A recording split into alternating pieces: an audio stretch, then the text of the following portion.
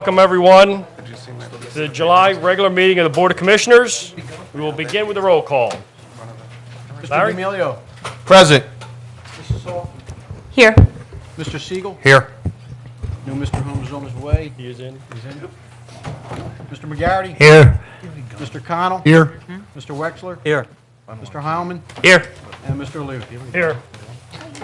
Okay, now we'll have the opening prayer by Reverend David Stipp Bethune.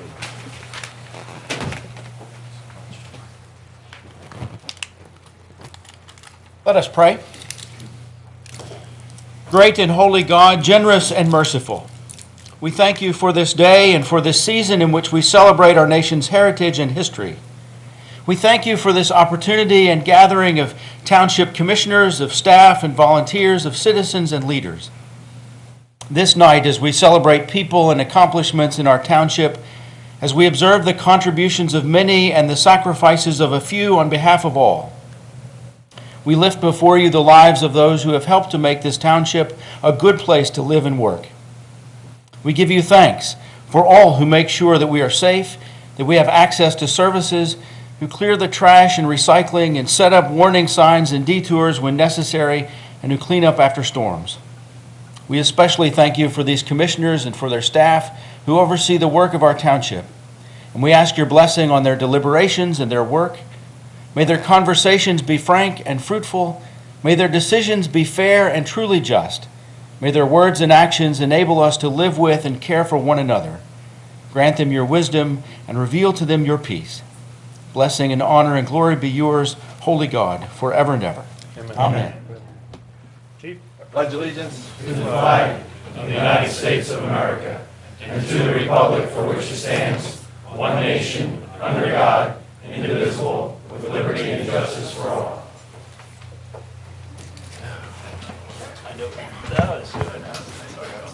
Hey, can I borrow your pen for a second so I can sign this thing? Okay. Can I borrow your pen so I can sign this? We will now begin with the presentation from Delaware County Council. If you would like to step up, we have Tom McGarrigle, who is the chairman, John McBlain, and Mara Severa.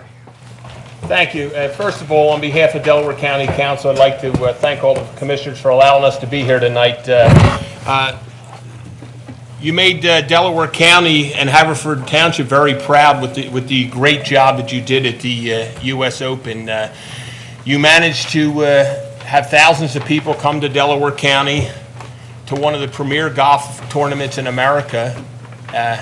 The rain didn't help much, but you overcame the rain, and you did it in a very safe and orderly manner. I had the opportunity, along with my colleagues here, to visit the golf course prior to the opening, and we saw the wonderful job that your police department was doing you assigned Deputy Chief Iola to do, and he showed us, gave us a tour of the facility, and it was just remarkable that they built a city on that golf course out there, and under your leadership of this township, and when I say the leader, I don't want to give anyone's name or say it because I don't want to forget, because this was a township-wide effort. I'm sure everyone that works for the township in any department worked very hard to do the coordination to get this job done, and you guys just did a remarkable job, and you made Delaware County proud, and you certainly made Haverford Township proud. So on behalf of all of us at Delaware County Council, we'd like to present you with this resolution,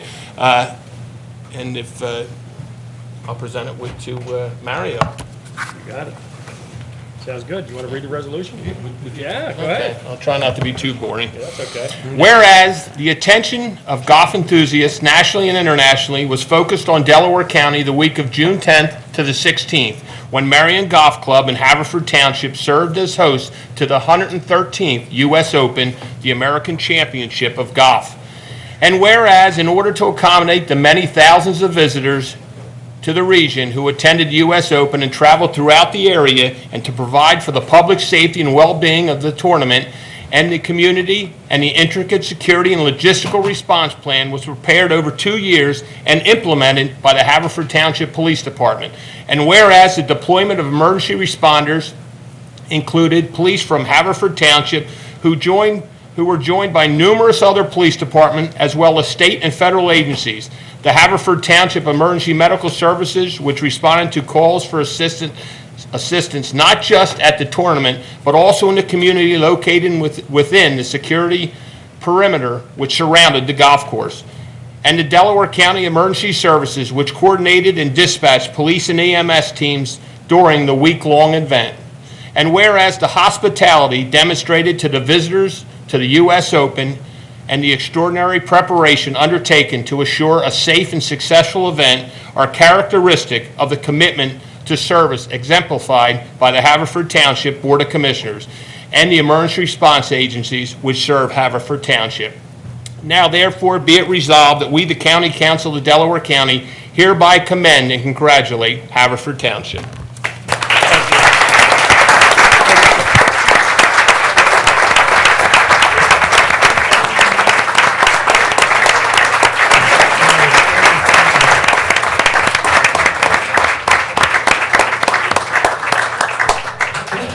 Just real fast, if I could just address the members of the Board of Commissioners.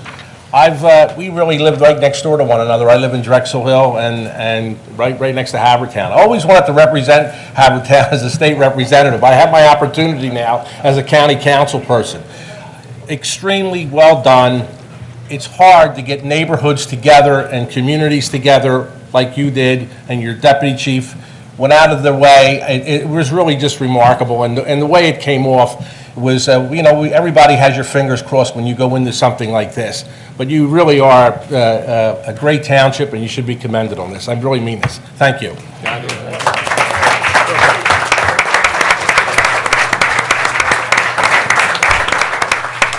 I'll just echo Tom and Mario's thoughts and congratulate the leadership of the township, all your department heads. I also, because I know what we got to experience out at the Open was 2 years in the making. You worked for 2 years in order to put this all together. There was so much went into the preparation, and that was really what carried the day. And in addition to congratulating you, I really want to congratulate your residents. Your residents had to suffer, some of them had to suffer hardships, put up with a lot in terms of that preparation for that period of time, not only parking but the traffic. But you and your residents made Delaware County look great to the nation and the world. So we thank you so much for that and appreciate it, and here to congratulate you.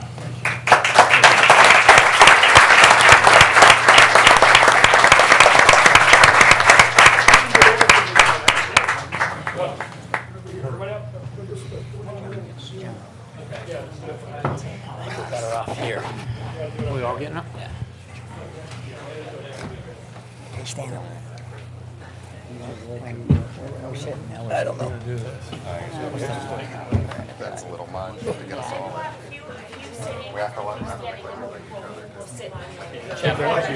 I'll sit. Okay.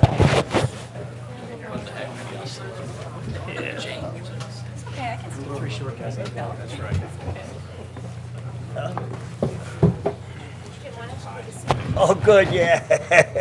Senior citizen seat. I don't know, so you can fit that out there. What's that about senior citizens? Sure. You got everybody in? Not a senior citizen Great, Mike. Where's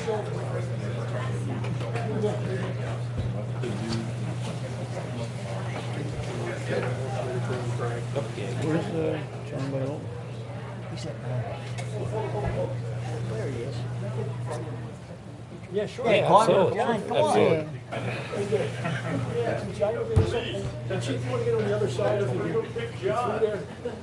Go around, Chief. Yeah, you're gonna have to go around. Might not fit you. They look good, Jimmy. Everybody fitting? They look good. Victor. Jeez. I see an iPhone. I see. We're on TV posing for pictures. I know, how about it? Fitting on three. Everybody say Nitro.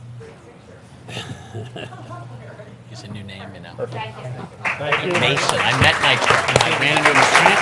You got it. I'm shipping up. Just fine. He's got a new name at the county. can't back up yet. This dog is crazy. Mason. Mason. So I met the officer. Okay. Okay. I'll walk out. I know that.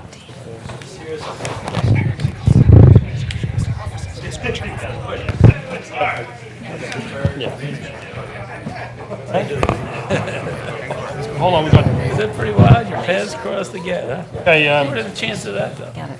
I just want to say how proud I am of the residents, of our staff, of everybody, really, from the police to Public Works, to our volunteer fire companies, to all of our employees and our residents who really did a great job, who had to deal with a lot on this week. And we pulled it off. We pulled off a huge spectacle in the world's eyes, and it was beautiful. It was just fantastic. It couldn't have been any better. Really could not have been any better. And I'm very proud of everyone. And thank you very much. Now I invite Jack Whale. Make some presentation. Jack is the Delaware County DA. Thank you.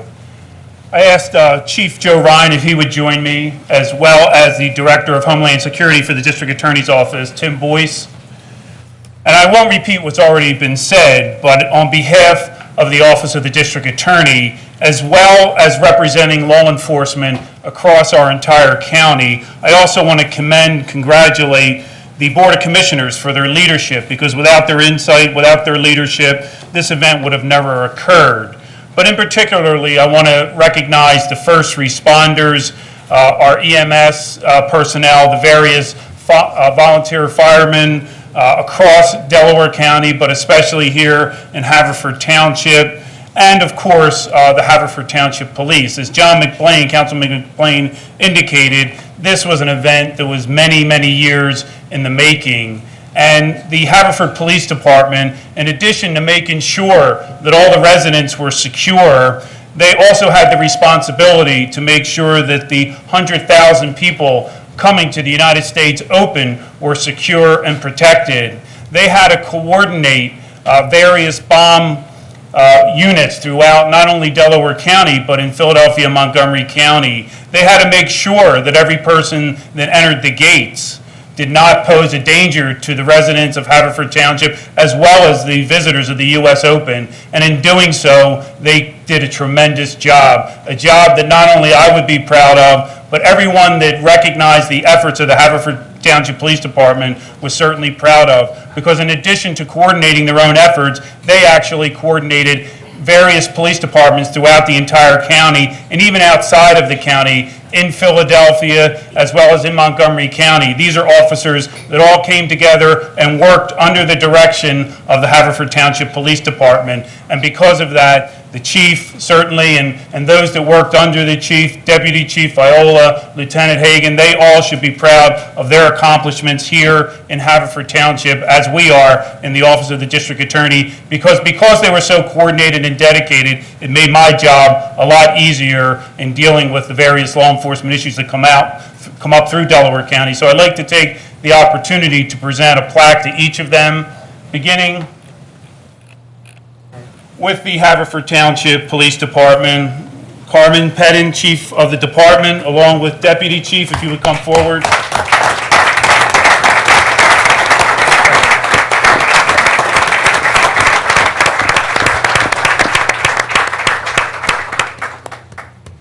Although we recognize all of the fire departments that aided, we want to give special recognition to the Oakmont Fire Company here today.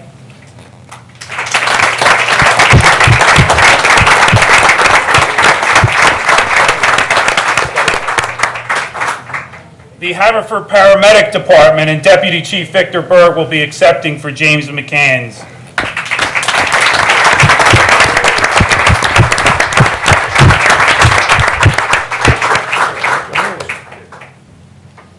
The staff and administration, the employees of Haverford Township that certainly were the unsung heroes here. And I would ask Larry Gentile if he would come forward.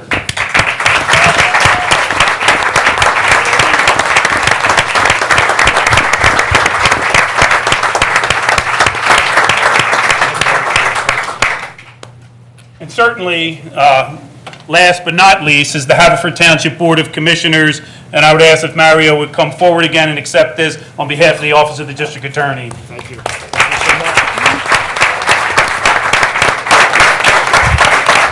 Certainly, thank you again, and recognize that safety is everyone's #1 priority. We all want to be safe, and you're lucky here in Haverford Township to have such a great Board of Commissioners and also a tremendous, outstanding police department that we're proud of. Thank you.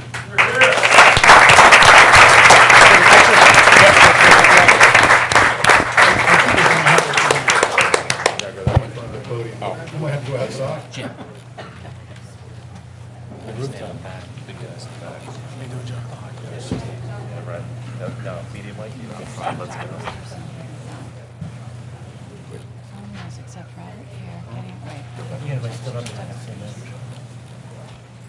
Fowl, rooster, swans, or turkey.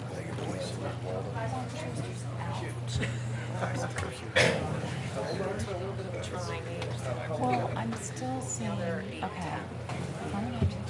That no person shall carry any of the following animals maintained within limits of this township, any structures, buildings, shelters, fence, for any farm animals on any lot less than 1 acre in the area. Large animals and farm animals, except rabbit, yeah, shall be confined in quarters across. Were we getting rid of the rooster? Start this paper now, we're not kissing mamas. Well, why should we propose that? All right, I'm gonna table it.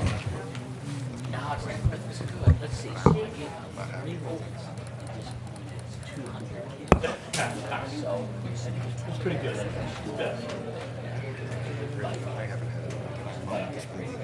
What are we doing with all these businesses? But do some of the people want to go? Is there anybody who's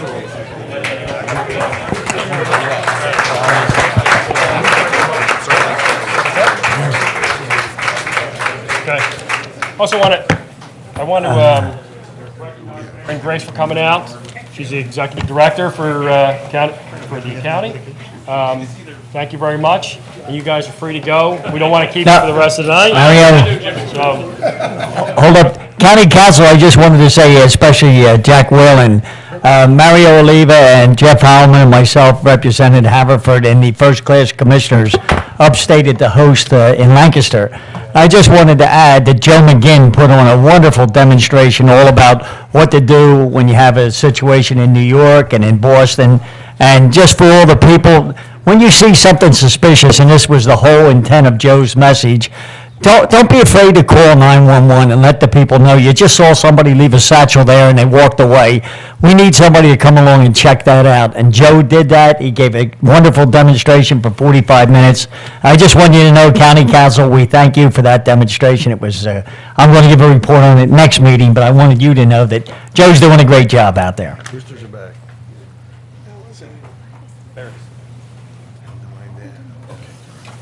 all right, you guys free to go? I'll see you, Mary. Tim, thank you. Take care. Have a good night. Yeah, oh yeah. See you later. The front row is no longer reserved. You should. And not for sale. It is free. Okay. Now we want to You know why? I didn't get we want to bid a fond farewell to a fixture in this township in the history part of this township. As many of you know, Mary Courtney will be leaving us for better pastures, I guess. She's moving to Arizona to be with her family, closer to her family.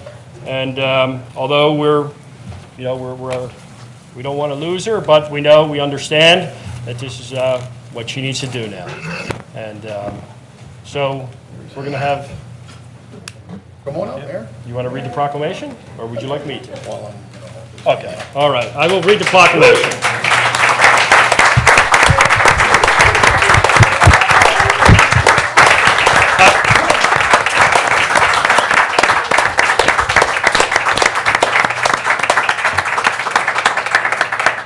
I got to meet Mary 8 years ago when we started working on the project for Lanark Crossing. A lot of people who are in this audience were part of that. We met at Mary's house. That was the first meeting. Chris was part of that. And we put together Lanark Crossing Park with help of a lot of different people, but she was a big part of that and a big part of a lot of things you'll hear here. Whereas the Board of Commissioners, the Township of Haverford, County of Delaware, Commonwealth of Pennsylvania appreciates those who reach out and serve their community. And whereas Haverford Township wishes to recognize and thank Mary Courtney for decades of service to our community.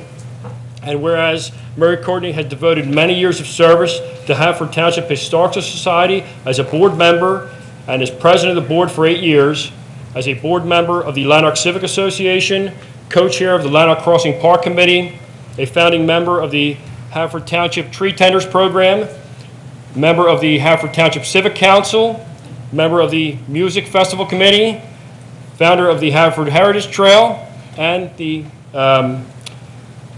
Heritage Festival.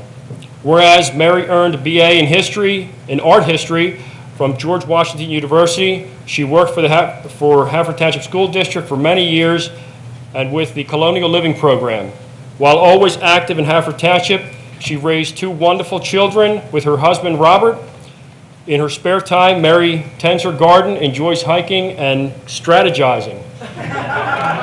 You know that's right, you know? Yeah. Live music and traveling.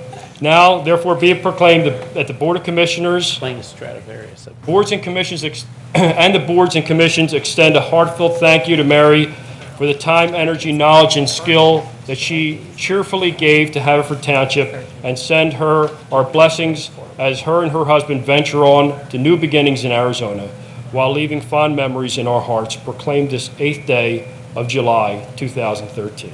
The Township Board of Commissioners.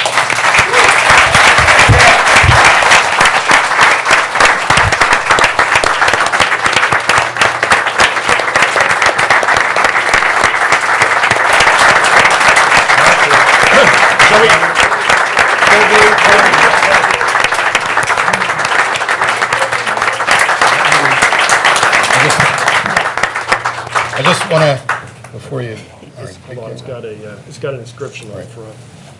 Okay, and the inscription says, yeah, you shake it up a little bit.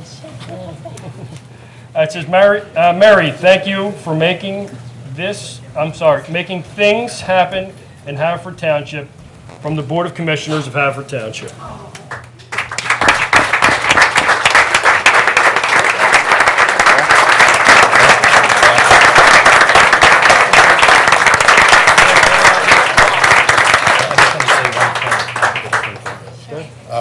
I just want to add to President Oliva's words that the Courtneys, as a couple, have been involved in the township. Mary's been involved in many, many things. She and her husband have also been involved in the community. They are pillars of the community, people that you cherish because they're not just involved in one thing, they're involved in many things. My wife and I had the pleasure of meeting Mary and Bob many years ago through our church, through Pre-Cana. And they were preaching to the people back then too, what have you. They were also had connections with the Lanark Fire Company through their son, who was also involved. So you can see that they are very proud people in every bit of what Haverford tries to be. Neighborhoods, many neighborhoods and people coming together. And to Mary and her husband Bob, you will sorely, sorely be missed. And we greatly appreciate everything that you have done that will be around for generations to come. Thank you again.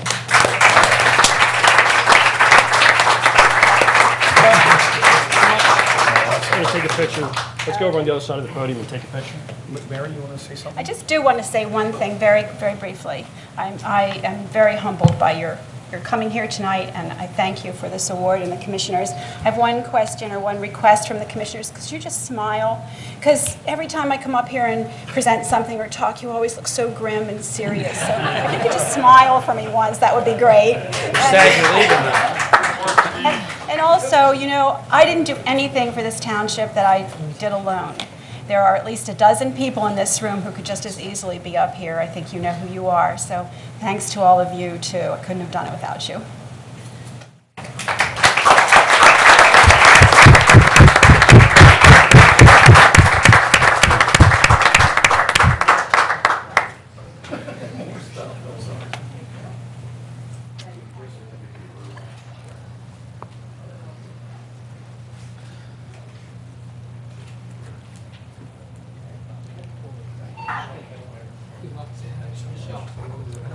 Thing, do I?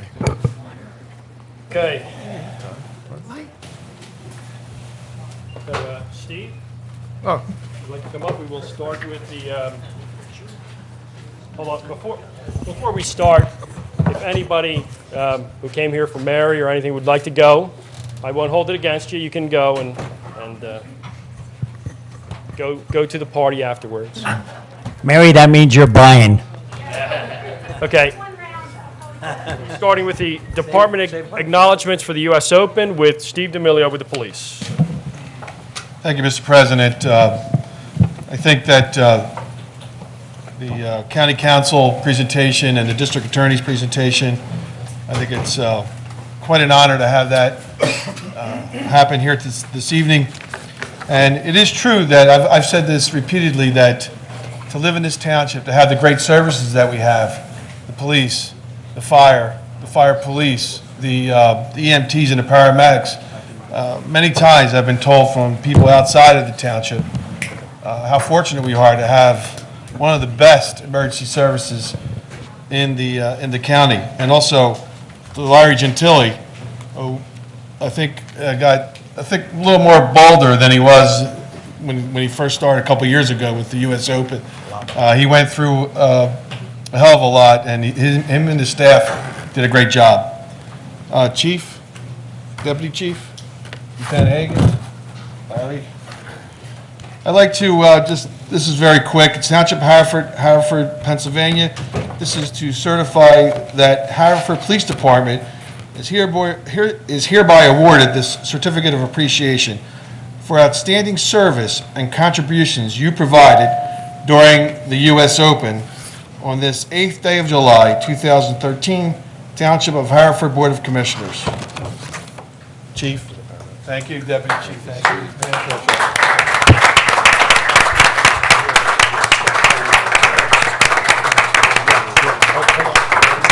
Around here so you can don't hide your proclamation. Yeah, Victor and he's going to make it tonight.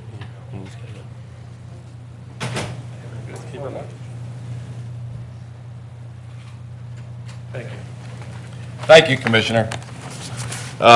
Three people need to be recognized from the police department for their extraordinary efforts in the planning, organizing, and directing the actions of law enforcement for the 2013 U.S. Open.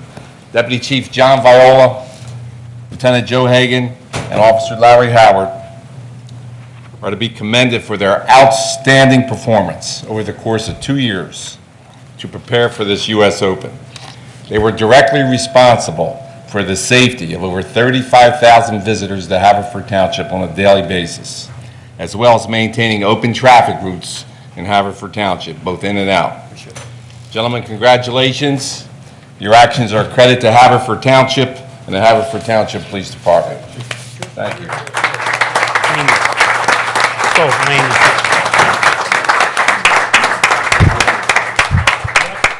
Next, Jeff Hallman will be doing Haverford Township Paramedics.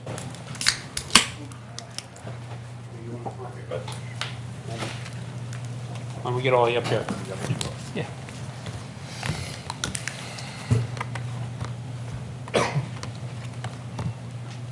And these guys did a tremendous job as well. We had a couple major incidents that were all rectified, a couple of heart issues and an anaphylactic shock and a few other golf cart related injuries. So anyway, so they were great. So Township of Havertown, Pennsylvania. This is to certify Haverford Township Paramedic Department is hereby awarded this certificate of appreciation for outstanding service and contributions you provided during the U.S. Open at Murray in 2013. On this 8th day of July, AD 2013, Township of Haverford Board of Commissioners, and it has all of our names here. So thank you guys. Appreciate it. Made us all proud.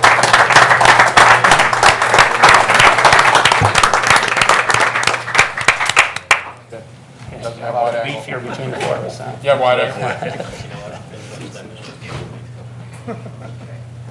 Thanks, guys. Appreciate it. Thank you. Thank you. All right, next we'll have Jane Hall doing Oakmont Fire Company. That's Oakmont Fire Company. Hi. I'm not quite sure that words are enough for everything that was done. It was just an outstanding job. It was amazing by everybody, and the fire companies as well as all the EMTs, the police, and the entire township. It was just a wonderful, wonderful event, and I think all of us should be so proud. And the Oakmont Fire Company participated in a great way, like everyone in the township, and we'd like to give them an award as well from the Township of Haverford, Havertown, Pennsylvania. This is to certify that Oakmont Fire Company is hereby awarded this certificate of appreciation for outstanding service and contributions you provided during the U.S. Open 2013. On this 8th day of July AD 2013, the Township of Haverford Board of Commissioners. Congratulations and thank you so much.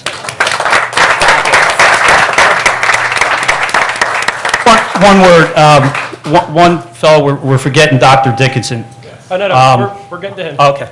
He did a great job, as everybody did. Thank you. Don't jump the gun, we're working on it. Get your picture here. Nothing out of there.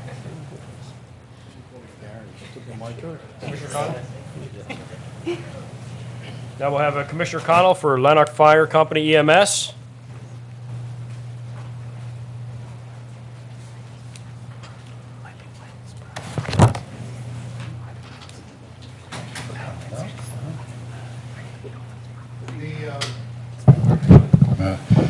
The paramedic unit up at the U.S. Open, they all did a phenomenal job, and everybody together is why Lanark Fire Company is up here with for their ambulance, is that every unit, every system also has a support system, and part of that in Haverford Township is that you have the paramedics, and then the EMTs as well that come from the fire companies, the Lanark Fire Company and the NOAA Fire Company. And these two fire companies have been around for generations. In fact, EMS through Haverford Township was kind of like born through the volunteer system, that we have today, that the volunteers and the paid staff support the paramedics when they respond to your house. It's an involved program that takes a lot of people to spend a lot of time to going to schools and your money supporting them, what have you. What the money thing is, sorry. But the volunteers do an exceptional job to help support Haverford Township and the paid staff as well. Lanark alone has responded to almost 1,800 calls this past year. So as you can see, the ever-increasing number of calls, that the demand is there for these EMTs to be on their best and to continue with education. And I want to say that through the years, in fact, the staff, the paramedic personnel that we have today actually came from our volunteer fire companies. Mr. Gentili was involved, Mr. McCann was involved, and Mr. Berg was involved, the Deputy Chief Berg was involved too. And so a lot of those programs take people out into society to help out at other places. The doctors have gone through this, and nurses alike. So it's a great program. We hope to help build on that in the future. And I would just like to say that the Lieutenant Cowling is here this evening, and we have Assistant Chief Rothrock is also here to accept this presentation. Haverford Township, Havertown, Pennsylvania. This is to certify that Lanark Fire Company EMS is hereby awarded this certificate of appreciation for outstanding service and contributions you provided during the U.S. Open 2013 on this 8th day of July, AD 2013, Township of Haverford. Thank you very much for your support to the community, and I wish you all the luck in the future. Thank you.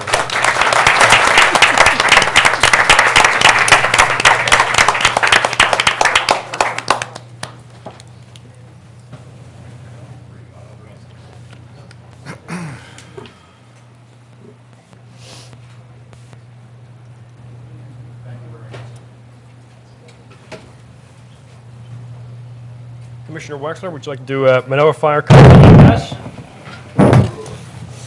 Certainly. I'll echo what Chris said. I'm Assistant Chief of EMS from Manoa Fire Company, Joe O'Leary here. Joe, good to see you. What Joe said is true. Both of our volunteer fire companies provide transport and assistance to the paramedic department as well as basic life support for the township. What hasn't been said, though, and what we've missed, is during a significant event like the U.S. Open, we didn't miss a beat anywhere else in the township. Not from the police department, not from any of the volunteer fire departments, and not from the EMS group. The paramedics covered the rest of the township, even down to the trash department. We picked up trash on schedule, we picked up recycling on schedule. We didn't miss an ambulance call anywhere else in the township, even with those resources that we committed over to Marion. So I think it's a real tribute that the volunteer system, in conjunction with the support staff and the professional staff, our police department, emergency services coordination that we've heard about from the county as well as our police department, really worked together and did not degrade the services throughout the rest of the township. So I'd like to offer the Township of Haverford's certificate of appreciation to the Manoa Fire Company EMS Division for outstanding service and contributions you provided during the United States Open at Marion 2013 on this 8th day of July 2013, the Township Board of Commissioners. Joe?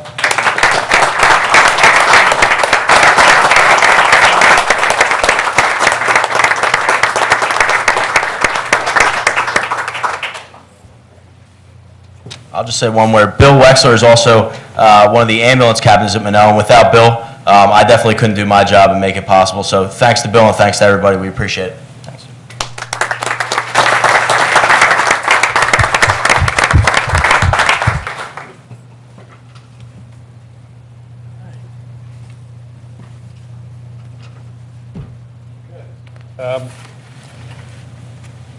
This one is for Dr. Edward Dickinson. He is the University of Pennsylvania Medical Director. Yes. And Larry will...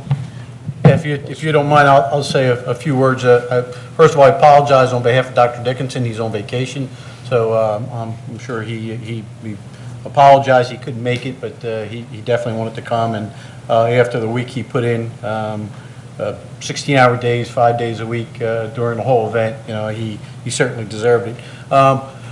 Not too many people in the community know Dr. Dickinson. You may have had an opportunity to meet him. We've been blessed. Dr. Dickinson has been the township's medical director for advanced and our basic life support services for the last, Victor, I'd say 7, 8 years now, 10 years. Dr. Dickinson is an emergency room attending at the University of Pennsylvania. He's also the medical director for several neighboring paramedic services throughout Chester and Montgomery County. He's also just promoted to be the medical director in the entire Penn Star flight program. He's also on the editorial staff of the GEMS Journal of Emergency Medical Services. So he comes with an enormous amount of experience and knowledge in the field of emergency medicine.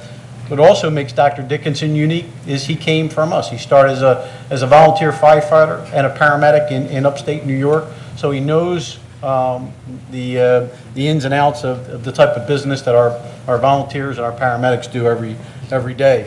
So that's a little bit about Dr. Dickinson. Again, we're blessed to have him to be our medical director. And I will certainly present this to him when he returns from vacation. But Mary, if you'd like to read the proclamation. Yes, the Township of Haverford, Havertown, Pennsylvania. This is to certify Dr. Edward Dickinson of the University of Pennsylvania is hereby awarded the certificate of appreciation for his outstanding service and contribution during the U.S. Open 2013. On this 8th day, July 2013. Thank you.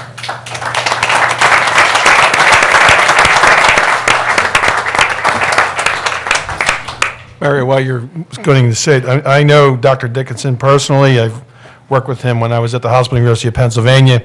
And I want to thank the Penn Health System as well, because many of our trauma cases are sent to one of the best hospitals in this region, and that's the University of Pennsylvania Health System, which Dr. Dickinson works for in emergency. So if you need to go to the HUP and he's there, believe me, you're in good hands. Okay. Jimmy, would you like to do the Haverford Township Public Works Department? You have it right there, right in front of you, right in front of you, the blue one. Okay. There you go.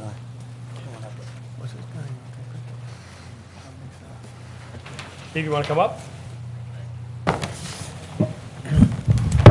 Steve Cinnaboli, representing the Haverford Township Public Works Department, which does a great job here in Haverford Township, not only what they did over at Marion, but for what they do here weekly. And the Township of Haverford, Haverford, PA, this is a certified, the Haverford Public Works Department is hereby awarded this certificate of appreciation for outstanding service and contributions you provided during the U.S. Open. On the 8th day of July 2013, Township Board of Commissioners, Steve D'Amelio, Jane Hall, Jeff Heilman, Dan Sigel, Larry Holmes, Jim McGarity, Bill Wexler, Mario Oliva, Larry Gentili, and let's not forget Doc, who is on vacation, and he is the head of Public Works, and Mr. Cinnaboli is vice chairman of Public Works. So Steve, let's take the mic out. Let's give you an opportunity to say a few words. I'm good. Thank you, Jimmy, very much.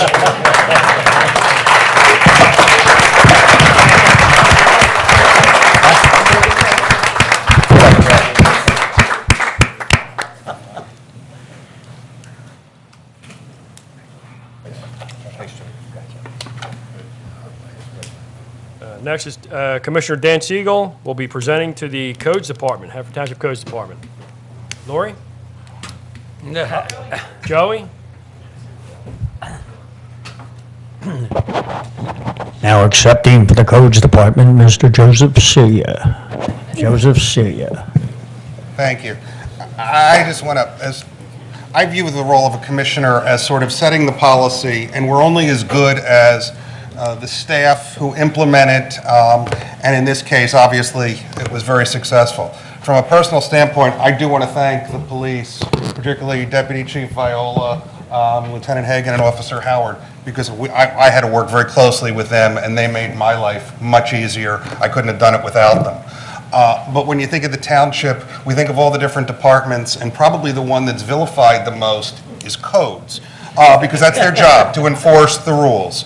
But they're as important as anyone else that we have, and they deserve the thanks because they had to go around and sort of at times be the tough people and say, you can't do something, but yet I received no complaints relating to codes, which tells you they did their job, but they did it professionally in a way we can all be proud. So I'm happy to present this certificate of appreciation for outstanding for outstanding contributions and the services made by the Codes Department to Joe Celia and the rest of your staff. Thank you very much. Thank you.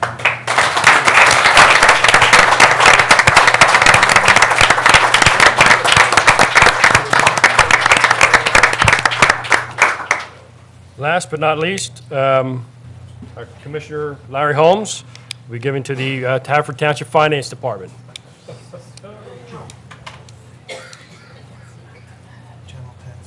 Amy, could you come forward? Mr. Siegel, I hate to contradict you, well, except I do it at every meeting.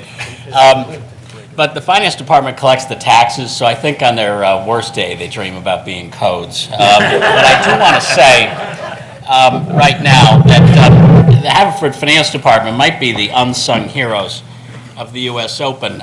They did not recover the stolen liquor or find the police car or revive somebody who collapsed, but they saved my life at what were pretty exciting 6th Ward constituent meetings because they gave me an answer to the question, what good is it for us that we're having the U.S. Open? I didn't simply have to say, my family and I get to be on television. I got to say the Haverford Finance Department is in charge of collecting all of the reimbursements that we were getting from the USGA, for our police overtime, for our worker overtime, for the mercantile taxes associated with one of the greatest sales of U.S. Open merchandise and, frankly, in the history of the USGA. And I just want to remind everybody that at the end of the day, we think about emergencies, we think about safety, but this was, at the end of the day, a huge economic benefit to the township and to basically the Commonwealth of Pennsylvania. And it's important that we note the role, the pencils in hand and the eye shades role that the Finance Department plays in ultimately collecting those revenues and using them for the township's benefits. So if I may, The Township of Haverford, Pennsylvania certifies that the Haverford Finance Department is hereby awarded this certificate of appreciation for outstanding service and contributions you provided during the U.S. Open on this 8th day of July, year of our Lord 2013, the Board of Commissioners.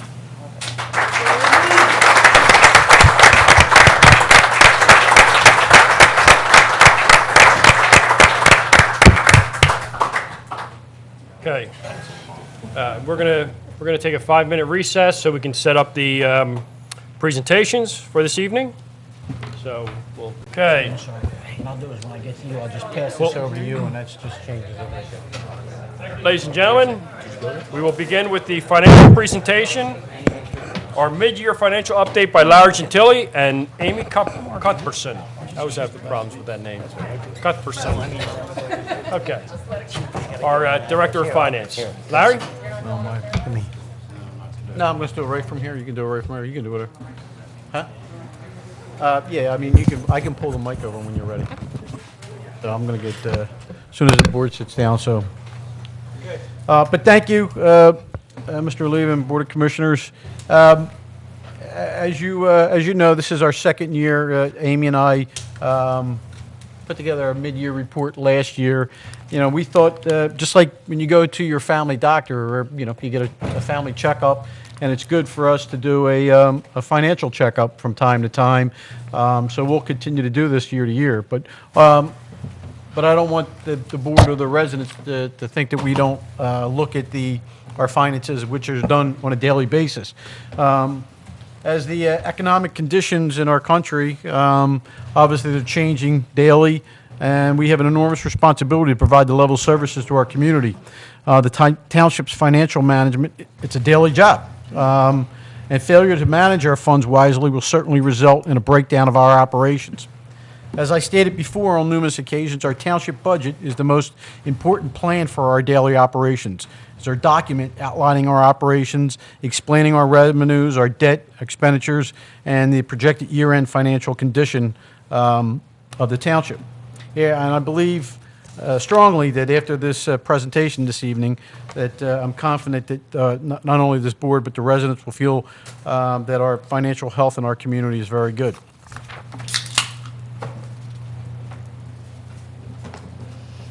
I had this slide up here. It's new from last year, but it actually is a good slide. As most residents believe that at times they believe that we pay an awful lot of taxes, yet when they consider the operations, few of them are willing to sacrifice or reduce the public services to lower their taxes, especially when they realize how small the impact will have on their township taxes. You take a look at this. I have a breakdown of the millage for the school district, the township, and the county. And Amy did the percentage for me. If you look, 69% of the township taxes are your school tax. 18% of the taxes are township, and 13% are the county. When you look at what those taxes are paying for, all of our public safety. Public safety consisting of the police department, fire department, emergency medical services, all of our roads. We have over 133 miles of roads, and we also maintain 33 miles of state roads. We've invested over $3 million in our road enhancements over the last 5 years. That's the most that this town has done in numerous years. And we continue to have another road program scheduled for 2014 to continue to do improvements that are needed to improve the infrastructure of our roads. Our sewer lines, miles and miles of sewer lines that we have. Sanitation services, our park and recreations, the stadium, the codes, administration, information technology, and all the other departments that we provide services to our residents. And this particular slide right here is just, again, it's a breakdown. Just like any other community our size, and again, I try to remind as much as often as I can, Haverford Township, we're one of the largest first-class townships in the Commonwealth. Even though our 2010 census has dropped a bit, we still have close to 18,000 households and close to 50,000 residents that we have to provide these services to on a day-to-day, day in and day out. Public safety, again, is just like, again, any other community our size, is the largest, and the public safety consists of our emergency medical services, our police department, and our fire services. Thank goodness for the volunteer fire services, because that budget would be even bigger. And then again, the next biggest piece of the pie, just like any other community as well, is our public works department, and that's consisting of our highway department, tree department, maintaining the trees and removing down trees off of the roadway. Other towns don't have those type of services. So when they have storms come in and these trees go down, their roads are blocked for days and days and days until they can get private contractors to come in and remove these trees. We have a vehicle maintenance division that falls under the Public Works Department. We have a highway division and the sewer division. So again, that's another big piece of the pie. And Amy, I will turn this over to you. Okay, I'm going to take care of a little bit more of the number part. You can see by this slide, in the general fund revenues are 85% of budget we've already achieved, which makes sense considering our largest revenue stream would be the property taxes, and the vast majority of our residents pay their property taxes within the discount or face period. Expenditures, we're at 46%. You would expect just common sense, 50%, so we're a little under schedule on spending, which is a good thing. In the sewer fund, it's as expected as well. Revenue's about 94%. The sewer fund is on the accrual basis, meaning we recognize all of the billings when they're billed. So most of our revenues are already recognized, and expenses you would also expect 50%, so we're a little under at 43, which is also a good thing. When we're looking at 2013 compared to 2012, our revenues are a bit higher in 2013, and our expenditures are also a bit higher in the general fund for reasons we'll go into in a minute. The sewer fund, we're pretty much on target with revenues, and our expenses are higher this year than they were last year, again, for a reason that I'll bring up on the next slide. While we recognize that this is a little squishy, are we going to put this on the website maybe for people to see? We will. Okay. We will have it on the website as of tomorrow. This is our revenues by functionality, with real estate taxes being the highest. You can see the year-over-year variance. I'll just touch on a couple of the more important ones. We would expect our real estate taxes to be higher year-over-year because we had a 4.52% tax increase. The other two areas of note is the local enabling taxes is almost $500,000 higher in 2013 than 2012. And our department earnings is also approaching the $500,000 mark higher than in 2012. Department earnings are the trash fees, which also went up, so that's somewhat expected, as well as the rec department. They've had, additional revenues with the rec center being open. Our codes enforcement department is under there. They've, had tons and tons of work this year so far, so they're over budget. The local enabling tax line is all of our business taxes, our deed transfer, and that is overperforming as well.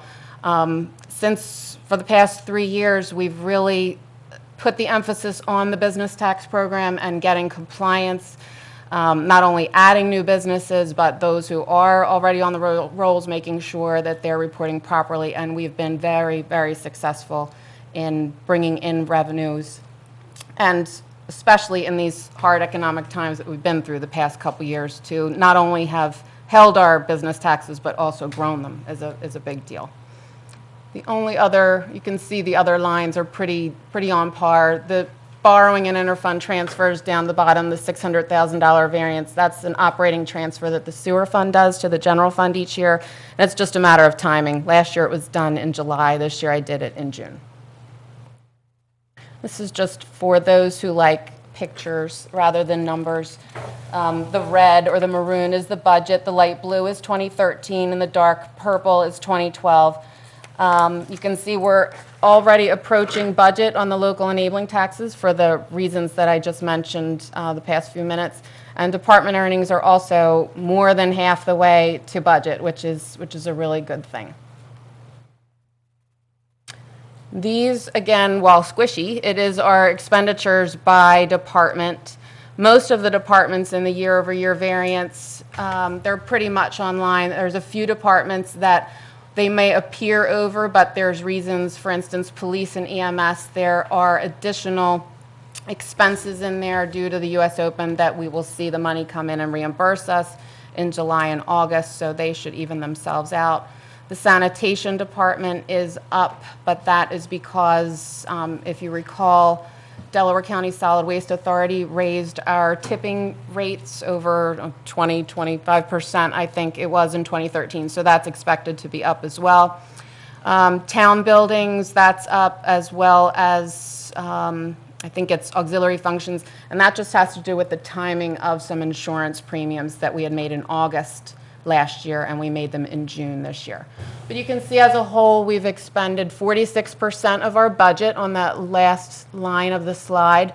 And again, just common sense wise, you would expect around 50, so it looks like we are underspending slightly at the moment, which is a good thing.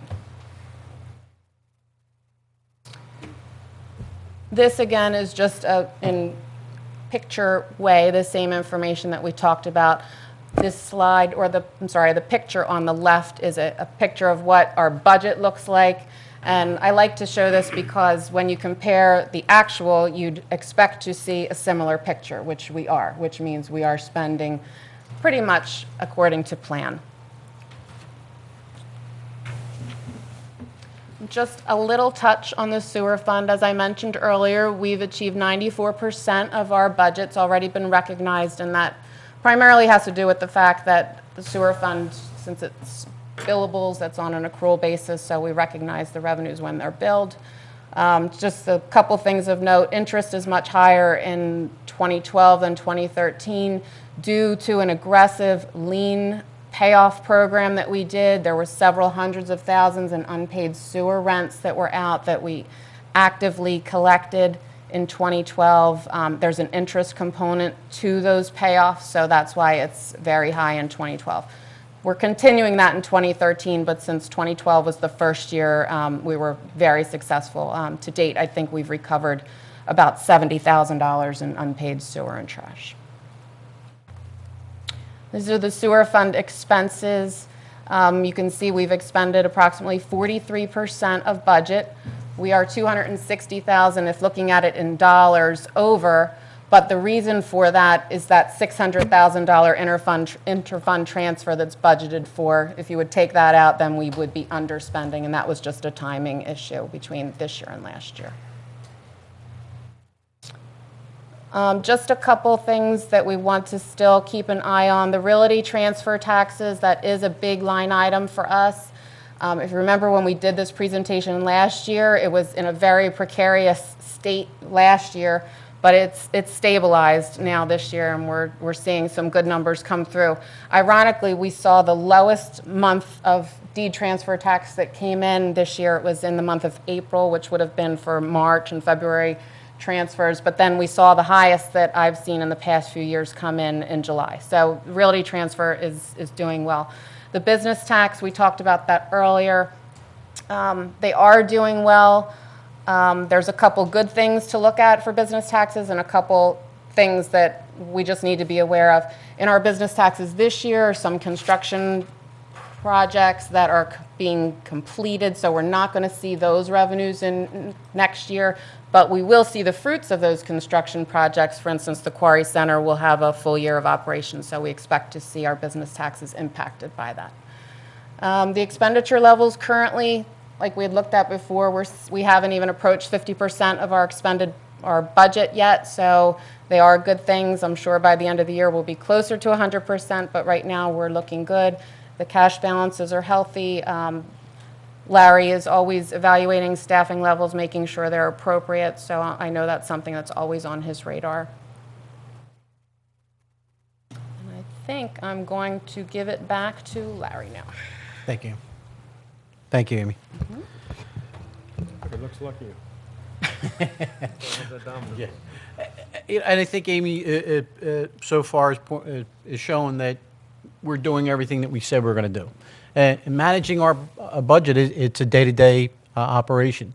So we're going to continue to hold it together through sound business business and budget practices, watching and working with all of our department directors to ensure that they continue to provide the high level of services that our residents expect and demand, but doing it in the most cost-effective way, and by constantly searching and sharing ideas with other communities. And again, financial management, it's constantly looking for the future, plan now, or you're going to pay later. There's a couple things that are going to be coming up that we need to remind everyone out and be prepared for. We've been hearing about the Obamacare healthcare reform, and I think it's important for this board and the residents to know what kind of impact. Just like any other community, again, but we have done our part in reducing the amount of full-time staff over the years through reductions. And you've heard we've cut over 15, and I'll repeat that again, over 15 full-time positions, which computes to over $1.5 million in the last 5 years. And obviously you do that with you try to replace your staff to perform the level of services with your part-time personnel. And again, other communities and other businesses have been doing that. But with the healthcare reform, historically, we've always worked our part-time people below 34 hours. That saves the township on paying healthcare and other associated costs. And what healthcare reform does now is it cuts those hours. So you would have to work them below, Amy, 29 hours, correct? Yes. 29 hours. If any part-time employee that works over 29 hours, they're entitled to the same health care. They basically become a full-time employee. So we've been very proactive. Amy and Human Resources, as well as all the department heads, we've been working together on a monthly basis, and we have a plan. We actually have a plan ready to implement immediately, but with the good news that we received just recently that they put off the health care reform to next year, that's a good thing for us, so we don't have to implement the plan, but it gives us a little bit more time to be prepared for next year, because it will eventually come into play and have an enormous impact on our community. Just to give an example, the part-time people that we have in our staff, if we would not cut them back and we pay health care to them at this year's rates, it would be a $565,000 impact to our budget. So that's what that does. Personnel costs, obviously, we're currently working with our full-time staff and our township association, working on contract negotiations. Contracts up January of this year, and I feel confident that we'll be able to work together to be fair to our employees who do work hard to provide the level of services, but to do it in the most cost-effective way.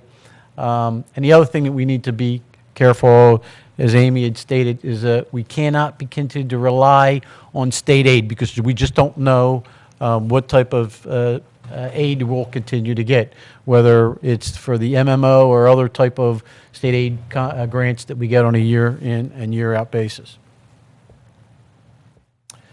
Infrastructure and replacement development. We've been talking about not only the infrastructure of our town buildings. This township is extremely old. And one of the things that if we want to rate ourselves, we have done a very bad job in looking at the overall infrastructure, not just the town buildings, because we're a fragmented town. We have buildings at the police department. We have buildings at the recreation division. We have a building here. They're old. It costs an awful lot of money for us to just pay for the utilities.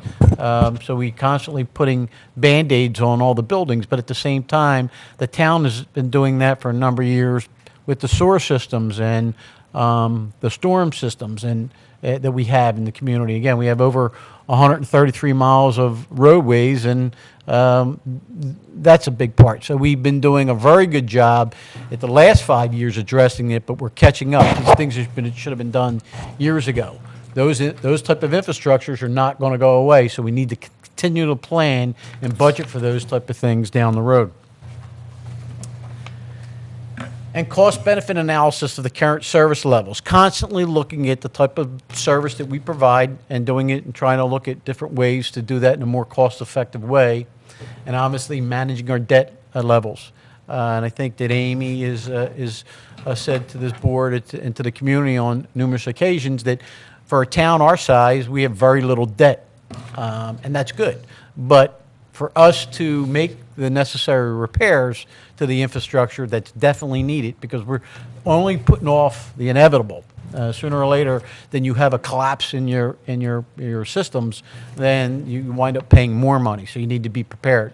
So we continue to obviously borrow to make the type of improvements we need to do, but doing it in a smart and organized way.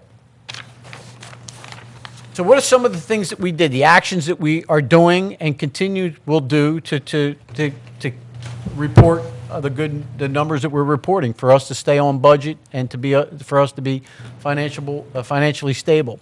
And you'll hear the new buzzword in government relations, and it's called intergovernment sharing or municipal sharing. And and I was talking to some of the county colleagues in the back room, and we started this 5 years ago. We get a magazine in. Mr. Byrne introduced this magazine to me a number of years ago when I just became the township manager, and it's called the Township News. It's a great magazine. It really is, and you constantly look at different ways that other communities are doing business. And I happened to get this month's magazine in and opened it up, and it says, "Townships think outside the box, making the most out of technology to save money." And I'm not going to read all 18, but there was 18 recommendations there. 14 of them we already did. We implemented 4 years ago. So we have taken the lead. We're setting the standard in intermunicipal sharing. A few years ago, Haverford and Marple, we developed a pretty good cohesive relationship that's benefited our township in numerous ways. We tried the compost program. It saved an awful lot of money. But unfortunately, it didn't work out. We started the brine program. It's doing a phenomenal job for us. It's not only making our roads safer, but it's costing us less money to do so, putting less salt on the roadways, and into our streams. And into the streams. So it's been a great resource. We're sharing equipment when appropriate with other communities, such as Marple and even outside of Marple Township. So we'll continue to work with our colleagues to do that shared services. And I've already talked to Mr. Coball at the school district and looking at and talking about ways where we can share some resources with our own school staff and some of the purchasing power that they have as well. Implemented a defined contribution plan. A number of years ago, we realized that we needed to stop the pension program. If you again read in this magazine, they'll tell you that's one of the things you need to do.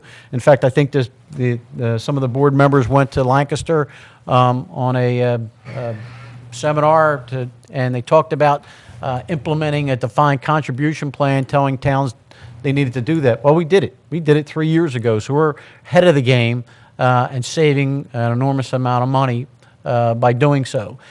Increase employee share of the pension. For those who are grandfathered in, we're doing that. Increase the employee share of the health contributions. We've done that. We'll continue to discuss it in future contract negotiations. Research other cost-saving opportunities such as natural gas vehicles and a traffic light maintenance program. That is one, the natural gas vehicles, I think it's something that we have to do. We got together with Marple Township again and tried to put in some grants for us to implement a natural gas pumping station for our two communities. Would be $1 million capital investment. It would certainly pay for itself over the number of years, but what we're doing is writing grants and looking for those type of programs to help us pay for this type of thing. But it's definitely probably the highest goal that I have for at least 2014 and 2015 to get natural gas vehicles, and even our school district can benefit from that as well. traffic light maintenance program. We contract some of that services out. We're learning to do some of that in-house so we can save some money. Financial controls, I think we've shown that we actually have great financial controls in place. Amy's not giving herself enough credit, but for years and years, the township has done nothing to have a compliance for those decided that they weren't going to pay their trash and the mercantile tax.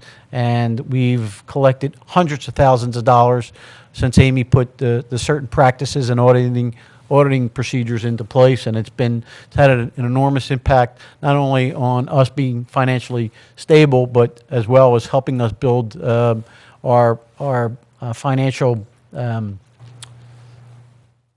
what's the word? Just surplus. Thank you, Amy. And as well as implementing some financial controls that the township never had, implementing new policies and procedures. And a couple of years ago, we didn't even have a rating. Today, we have a AA2 rating and a Moody rating. And a couple of years ago, they didn't even recognize us.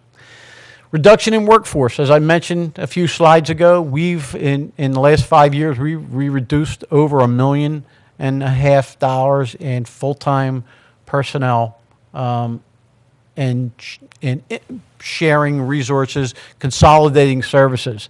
We'll continue to look for other opportunities to do those type of things, and alternative delivery systems. Constantly looking for other ways to provide services, whether we need to do them inside, share with other towns, or to contract out.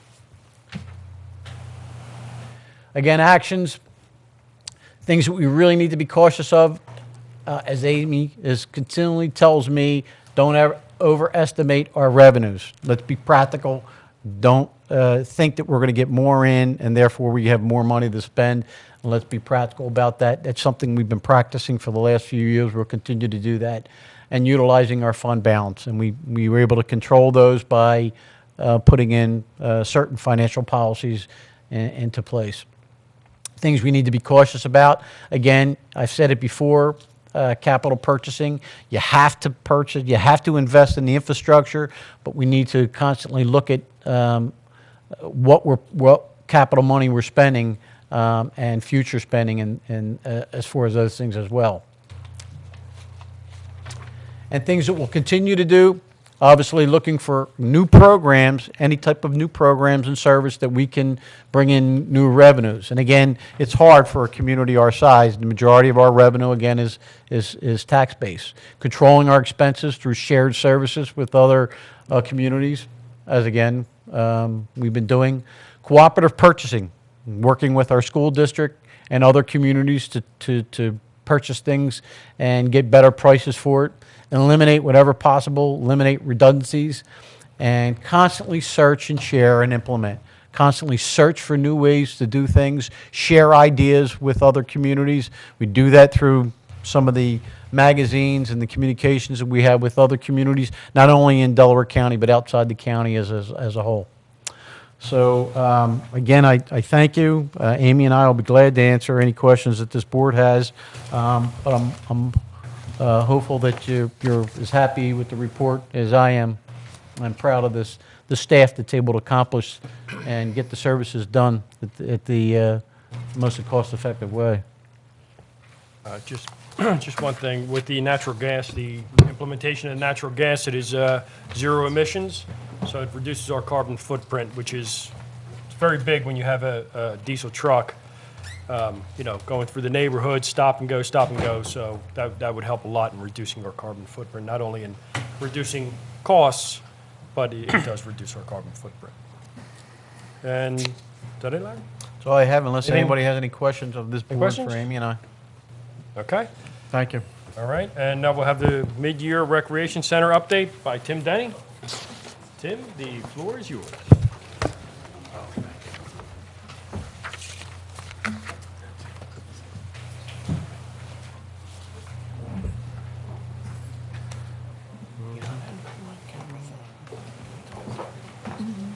Nobody has anything.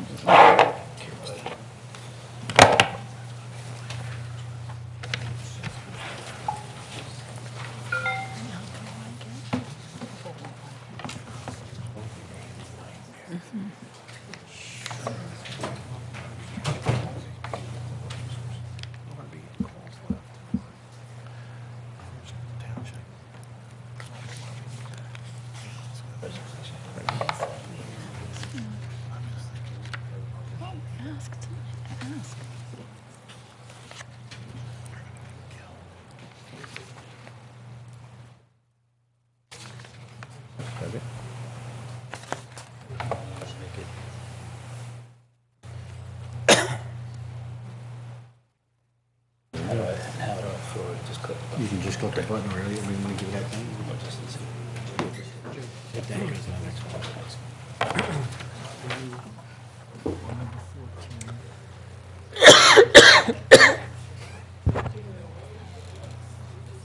Good evening, Commissioners. Good evening, everybody. Appreciate the chance to get up and talk with you a little bit. I'd ask Larry if I could just have a couple minutes to talk.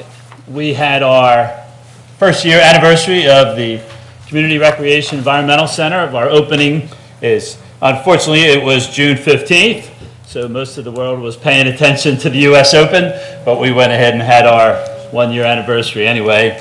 I did quote Mark Twain. I said the only way you could ruin a glorious day like today was by going out and playing golf, and most of the world was paying attention to golf that day.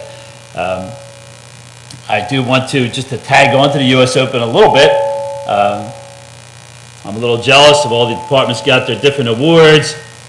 Not jealous because we didn't get an award, but jealous because we're still dealing with it because they used 3 of our parks, Elwell, Preston, and Polo, and it rained for 2 weeks since the Open, and so those parks are still in bad shape, and we're still trying to get that all fixed up. And I do want to just hand out a thank you to all the user groups, Haverford Soccer, Haverford Town Baseball, the neighbors of those parks, who certainly also deserve to be thanked for their patience and accommodation and moving schedules around and all that, because it was a lot, and it took a lot of effort.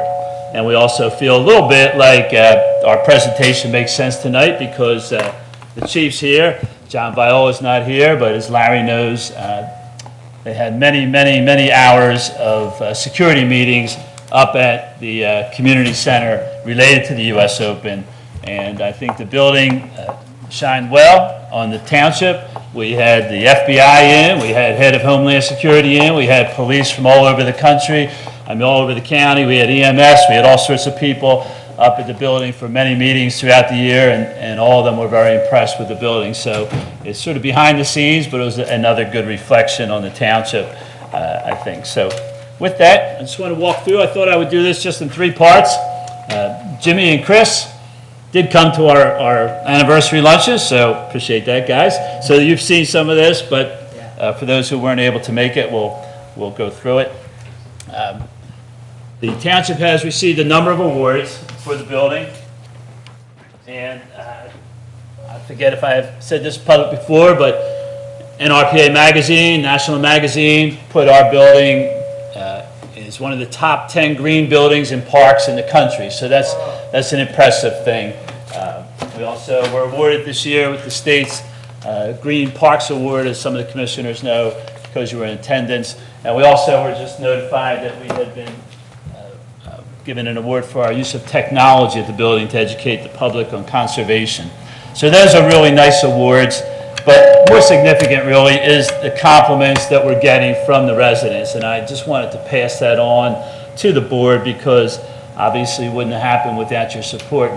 And even some of the people are saying, I can't believe Board of Commissioners had the foresight to build this. So I want to pass all that along. Even some of the people who have said that they were skeptical or even opposed to the building are now very supportive of the building. So I think it really is one of the biggest things that's ever happened in our township. And I just thought I would share with you some of the things. So here we go. Some of you know, 1998, Haverford State Hospital closed. There were 23 buildings on the site. That's the old administration building. Beautiful. There you have it. Anybody remember? In February 2011, we broke ground on the community center, 35,000 square feet. That's a little shovel. Crack was the final piece in transforming State Hospital into a community recreation facility for residents of all ages and all abilities, and that was our goal. The geothermal powered LEED certified building was constructed where the coal burning power plant once stood. That's part of why we got written up in that national magazine, because it's an old coal burning facility. Now there's a geothermal powered facility, and that was part of our story for Haverford Township. That's the site where the old coal power plant was, and the building was being built. The facility was designed to integrate the outdoor with the indoor. That was our goal all along, was to bring the outdoors in. We have 124 acres of open space and trails, some great stuff, and the idea was to bring it in. For those of you who have been there, I think you'll agree, the architect did a great job of incorporating the outdoor with the indoor. What's in the CREC? 2 full basketball courts, a walking track, a wellness center, multi-use rooms, environmental lab. There's the courts, great courts, especially for us old guys who like to play. Those courts are very knee-friendly. In the lobby, the grand opening was Flag Day a year ago, June 14th, 2012. There's some of the handsome folks who were there to open up the facility. There they are again. And there's Martin Kimmel. And that's an outfit that I don't get to wear too often. Thank God. The mission of the CREC is a healthier community, conservation education, and include people of all ages and abilities. And that is a big part. As I said at the luncheon, we had a 3-week-old baby there at the luncheon, and we had Lucetta Alderfer, who is now 96 years old. And we really thought that represents what we were trying to do with the building. It truly is something for the whole community. And again, just to give you a quick overview of some of the things that go on: drama camp, senior aerobics, walking track is very popular. A little facts on the walking track. The walking track is free to township residents. We sometimes still get asked about that. More than 2,100 residents have registered to use the walking track. Of those, more than 1,500 are over the age of 50, and more than 700 are over the age of 60. And that last number is really significant because over 700 people over the age of 60 have registered to use the walking track. That totally changes the dynamic of what people thought who would be using this building. It's not for 12-year-olds. They're certainly welcome. But you look at those numbers, majority of people coming in day after day after day are over 50 or over 60 years old. And so that's great because, as you know, we're all getting older. Half of Haverford Township is 50 years or older. And walking is the #1 thing to keep you healthy. So we're very happy with that number, and it's only going to get bigger because it's everything that we said we were hoping the building would be. Guided workouts, again, we're not trying to be an LA Fitness. We're not even trying to be the YMCA. And there's Santa even dropped in to get fit. Basketball. Our environmental lab, we've done a lot with Darby Creek Valley Association, one of our partners. We've had some great success there. Cooking classes, our preschool programs, recycling art events, do a lot of stuff with groups, trail runs, bringing the outdoor at the indoor. There's the winners of our run in December. And so our award-winning technology I referred to earlier, it's out in the lobby, cool stuff. I wanted to focus just a second on this, the rental revenue.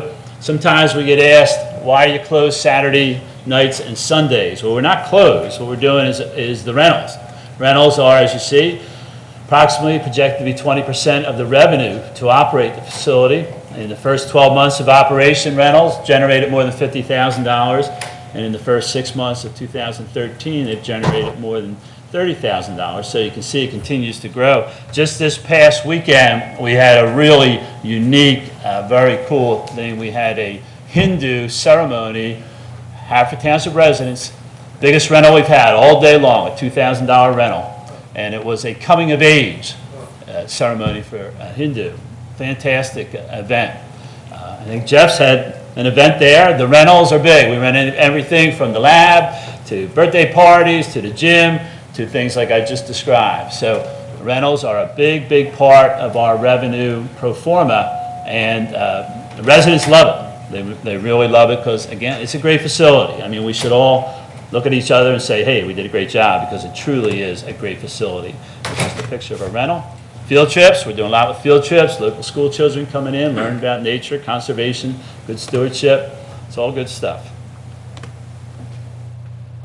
Nora, our environmental coordinator, giving a little tour of the geothermal, explaining how it works. And then the big thing, in May 2013, Haverford Township received the Distinguished Green Park Award. There's Brian and Chris, burning the tree. There's, oops, back that up. Geez, sorry, Gene, I zipped by you on the set. And there's the crowd that was there. One of the things I want to point out, the grants that we've received through this, $1.5 million from RACB, $300,000 from PETA, and of course contribution from Goldenberg Pollock. And I also want to say, I can't thank Amy enough. Everything Larry said about Amy is true. These grants are complicated, especially RACB, and Amy has been just great. Thank you, Amy. We're still waiting for our final reimbursement, but we're told it's on the burner. So it's been a pleasure working with Amy, and that is huge for the township. I mean, that's $2 million right there, so that's great. Our construction budget, again, we were fortunate. We had an excellent construction manager in Rob Gallant. Construction budget was $8,472,000, and we actually came in as of June. Anyway, we have one very minor payment left, but we will come in under budget, which is, again, a nice credit to everybody involved with the project. The operating budget, we're sometimes asked about that. The correct operation is part of our overall recreation department program division. Our department is different than any other department in the township in that we offer some services that are tax supported and some services that are user based. This year our budget is to bring in $1.2 million, which our total budget is 1.8 for the entire department. So that's a pretty stunning number. Really, we generate almost 70% of our budget, which is, we're told is impossible, but that's just not the correct. That's our total recreation budget. And so, as Amy pointed out earlier, our expenses are about at 35% and our revenue is about 57%.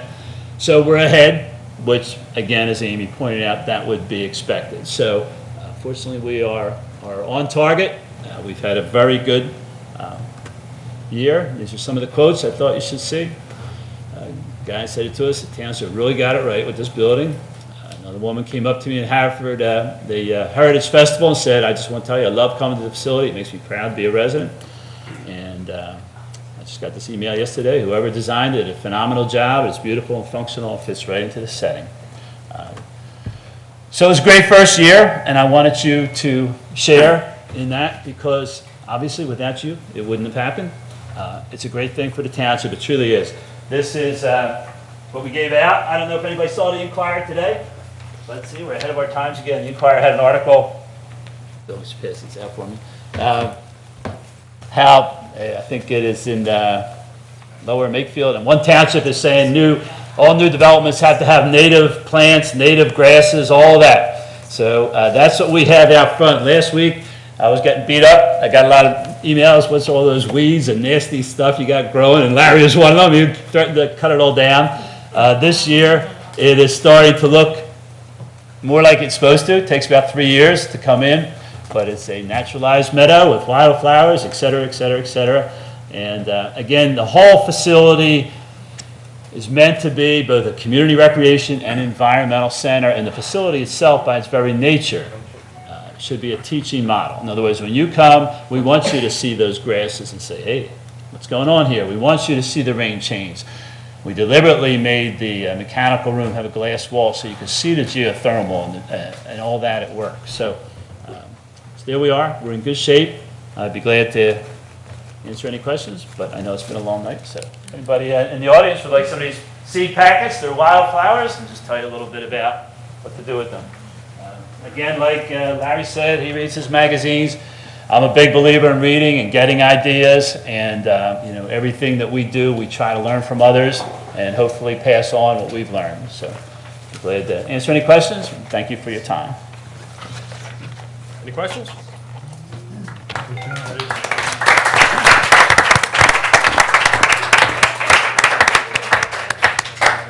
It is an amazing building. Great job, Tim. Okay. And now we'll have the Township Auditor update. Huh? Wait 1 second.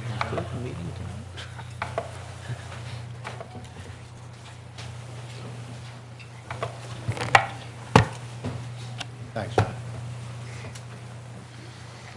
Good evening, everybody. I distributed my report this afternoon. I had about 10 questions that I asked the Finance Director, all of which were answered to my satisfaction. I reviewed a bunch of invoices also to my satisfaction. So if anybody has any questions, feel free to raise them now, or you can speak to me individually later.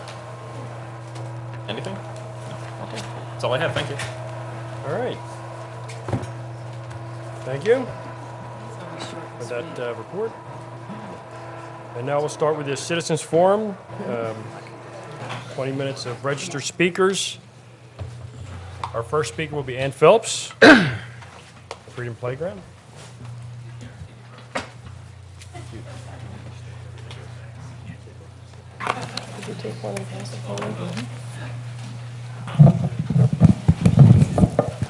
Hi, my name is Ann Phillips. I reside at 1906 Belvedere Avenue, Havertown. I'm here representing Freedom Playground. I am the president of the playground, and I feel like I'm just going to be repeating everything that's already said here tonight. But I do want to talk about the playground.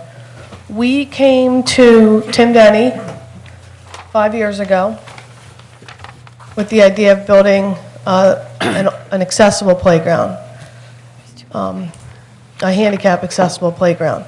And so with the help of a tremendous amount of people, the fire, the police, the commissioners, the Parks and Rec, the Public Works, EMS, and many of the commissioners here came and gave their vacation time and came, and we got a lot of support from everyone in the whole township, along with about 2,000 volunteers from the community that came out and built the playground over the course of a week. And we have a lot of people using it, people coming from far away. So again, we've made ourselves a model for our area, the Philadelphia area, and in fact across the U.S. and beyond. I still get calls from across the United States calling my home number, asking me how we built Freedom Playground so people could build it in other communities. I mean, Tennessee, Ohio, California. I literally still get calls to this day from all across the country. So we are a model township and something to be proud of. The playground is completed. All of the original plans that we had set into place have been done. The signs are up, everything's in. We are still going to remain a committee and continue to write grants and fundraise. One of the things I get a lot of questions about is, can you buy a fence post? There is a fence line around the playground. There's only one way in and one way out, so you can see little Johnny get out. And that the fence post, even though it is up and intact, the fence posts are still for sale. We have a little cachet on the side of fence posts that we route out, put up in place, and then take blank ones down. So fence posts are still available for sale. And we are going to continue to do our maintenance day every April, and then we are continuing to do our touch-a-truck, which is really the main reason I'm here. Our touch-a-truck is this Saturday, the 13th. It's from 10 a.m. to 2 p.m. It's an opportunity for kids and big kids to climb on vehicles. So we again are having the support of all of the township, the fire, police, Parks and Rec, Public Works, EMS, and businesses that are in our community who are coming and bringing their vehicles so kids can get into vehicles that they can't normally touch and can't normally play in. We are also having a water slide and an obstacle course that the kids can climb through, and we will be having food for sale. I got an update from Tim Denny that the weather's going to be good, so please come out, and thanks to Larry for his help in putting up the signs. And also, last but not least, we do have a new website. So our new website is haverfordfreedomplayground.org, and a link to that is on the Parks and Rec's website. So thanks so much, and thank you for all your support. You guys are awesome. Thank you.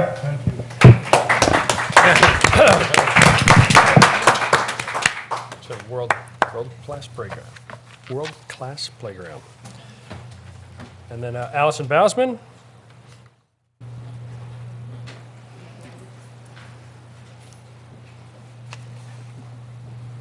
Thanks, guys. We have a lot on the agenda tonight. I'm going to be super brief. I am on the Justice and Advocacy Committee at my church, which is Hope United Methodist Church, and we've been working on some things that we thought might be of interest to the township. They had asked me to give an introduction to the Board of Commissioners, because I do interact with you guys on a regular basis, and we have something we'd like to share with you. So we are concerned about hunger and poverty in the suburban community. We screened a movie called A Place at the Table, which you can find online, for our church members. And it got us talking about, is this something that happens in communities just adjacent to ours? Is this happening in our own community to what degree is this happening? We have found that our school district does an excellent job of finding families that may be in need connected with our schools and helping us get resources to them. We have a concern especially for older folks who oftentimes live on a fixed income and or in poverty who may not be connected with the school district. How are we connecting to them? How do suburban communities need to address this, because it is different from an urban community. So we're starting by reading a book together as a committee, and many of you guys, I think religious organizations as well as civic organizations, all of you are involved with organizations that are trying to address these issues. So we just wanted to reach out to everyone in the township, to the Board of Commissioners. If people would like to read the book with us, it's called Confronting Suburban Poverty in America, and I have copies here so you guys can take a look at what that is. Anybody in the township or anybody on the Board of Commissioners who'd like to read this from other religious or civic organizations, join in the conversation with us, because this isn't really a religious effort. This is really more of an effort for us to reach out and better our community. And we are going to host a discussion in September. I'm joined by Pastor James McIntyre. I'm joined by Ann Eves and Sonia Kerr, who are on the committee with me. And I'm Allison Bousman. I live at 5 Waverly Road. Not sure if I said that. So we can move on, and I appreciate your time, guys. Thank you. Thank you. Thank you very much. Thank you. May I say one thing? Sure, go ahead. Yeah, I never give a preacher a microphone that's on. But, I just today received a statistic from the General Board of Church and Society of the United Methodist Church, which is our advocacy and lobbying group in Washington, D.C. And it reminded me that the statistics today tell us that 1 in 6 people in America live in poverty. But the flip side of that is that leaves 5 people to work to eradicate poverty. And I'm looking here and realizing that there are 9 of you sitting in front of us, and the vast majority of people in this room that do not live at the poverty level. That is a tremendous group of people that can fight to end poverty. And poverty exists here in the suburbs, in Haverford Township, in all of the suburban townships. It's not just an urban issue. So I encourage us all to actively participate as one of those 5 people that are able to fight to end poverty. So thanks for the time tonight and for your attention to the issue. Thanks.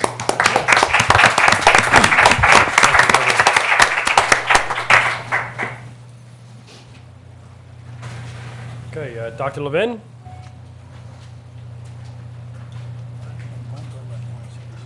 The Superfund? Oh my gosh, I don't know.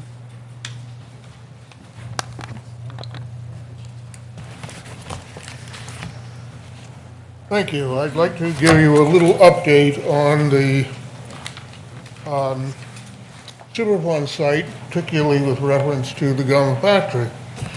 They came around, EPA and the state, during the last week to explain how they are going to affect the transfer of that gum factory facility and the entire Superfund site to the state.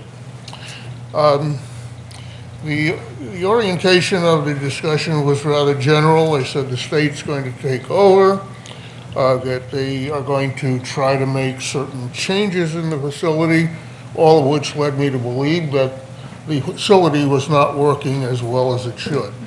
So I raised 3 questions with them. One concerning the operation of the water treatment plant, which does not treat all of the water at that site, but it treats some part of it. Second, there is still no testing of vapors within that building, or the vapor intrusion. And I'm beginning to wonder why. The EPA's coordinator indicated that he sat in on meetings in which they discussed the vapor intrusion system, but have not set it into motion. And his view was that if the system were to be set in motion, that it would not be turned off. However, the plans which I saw for that building did not really explain more than there was a new and innovative system beneath the building, but how it collects vapors and how it releases those to the community are quite unknown. Third, that is the sub-slab ventilation system. On the back of the sheet that I turned out to you, I want to tell you why I suggest that this system be explained and initiated. Here's a school in Bronx, New York, in which labor testing was conducted in the building, and they found out that the levels were high, and this put everyone up into arms about having frequent monitoring of the people who worked in that building, and people who used it with particular attention to young people who would contract serious diseases as a result of being there. I encourage that that building be tested at this point. I'll indicate to you why. EPA previously had tested a number of homes down gradient. I have the results here. Then they tried to explain first of all, you could not locate the homes exactly. They told us that these were coded. They avoided particularly the Superfund site. They avoided the gum factory building, which was on that site, from the very beginning. It has still been avoided as far as testing. I submit to you that that building will not be safe until it is tested, until the results are made clear and are known. Okay. Thank you. Thank you. Mr. Houseworth?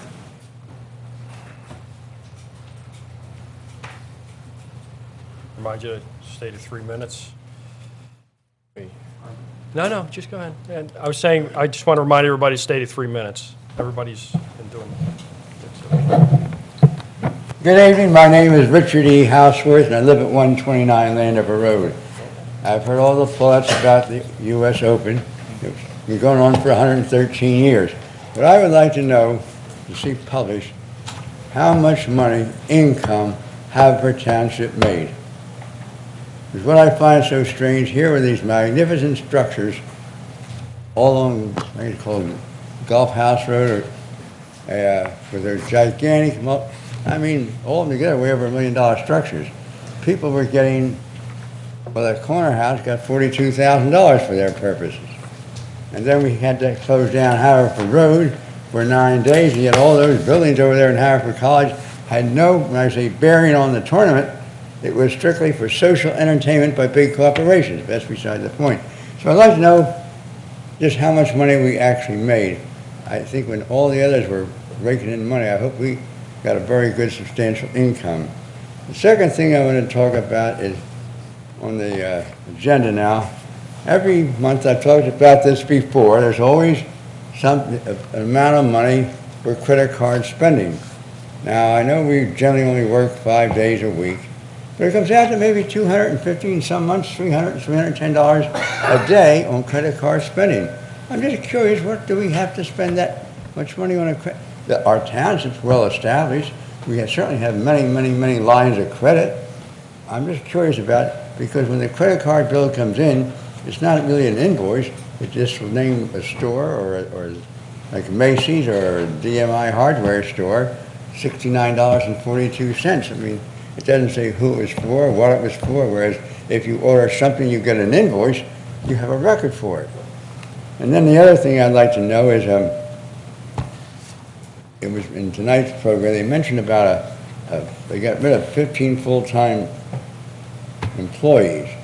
Now, I don't know how many years that has covered, but then they mentioned they saved $150 million. Well, if that was just in 1 year, that's $100,000 an employee.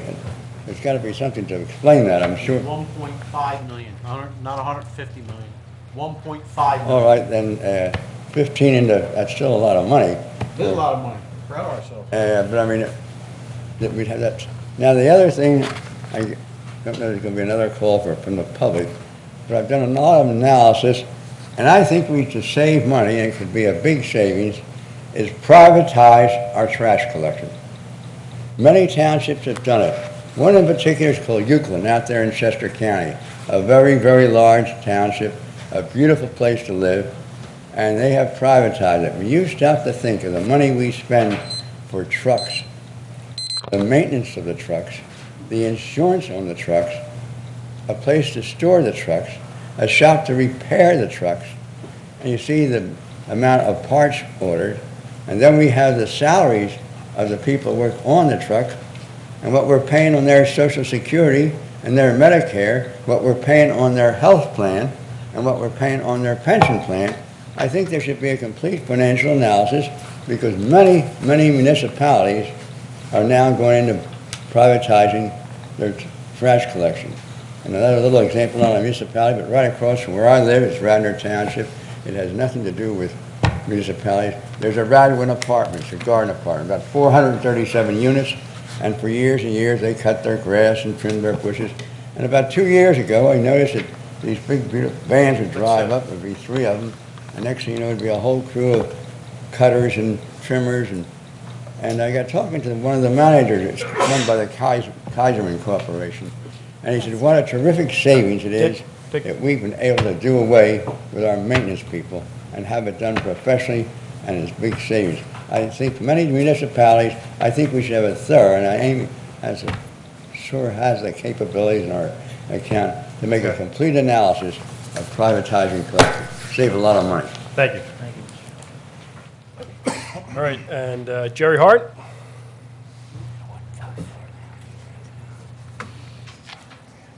Minutes. Thank you. Jerry Hart, 610 Penfield Avenue. I'm here tonight to ask the commissioners to pass a resolution in support of the circuit, which is Greater Philadelphia's regional bike and walking trails. Currently, there's 250 miles of trails in the Delaware Valley, with another 50 miles under construction. The completed circuit would involve 750 miles of trails, and would 50% of the Delaware Valley would be within 1 mile of one of the completed circuit trails. Each newly built segment of the circuit connects more people, not only to outdoor transportation, outdoor recreation, but also to public transportation, jobs, and shopping, and other neighborhoods. In addition, a study released by the Centers for Disease Control said that each $1 investment in bike trails for physical activity results in $3 in savings in healthcare costs. The Circuit Coalition is a collaboration of nonprofit organizations, foundations, and agencies working to advance the completion of the network of trails. The coalition is currently applying for a 3-year, $10 million grant from the Delaware Valley Regional Planning Commission for design and construction of more trails within the circuit. This money would replenish the existing regional trail fund, which was started with a $10 million grant from the William Penn Foundation in 2011. The fund has helped provide financial support for the construction of the first phase of the Darby Creek Trail here in Havertown. I would ask the Haverford Township Board of Commissioners to pass a resolution to recommend that the Delaware County Commissioners vote to support the allocation of $10 million in federal and state funds to help replenish this fund to provide for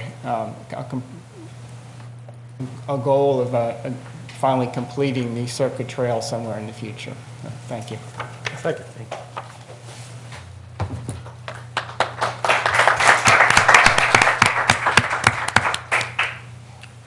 All right, we'll start off with Ann Phillips. Thank you very much for coming and touch a truck. Yeah, oh, I'm sorry. Yeah, okay. Okay. We'll do the open forum. Anybody on this side would like to speak? Dick Hasworth?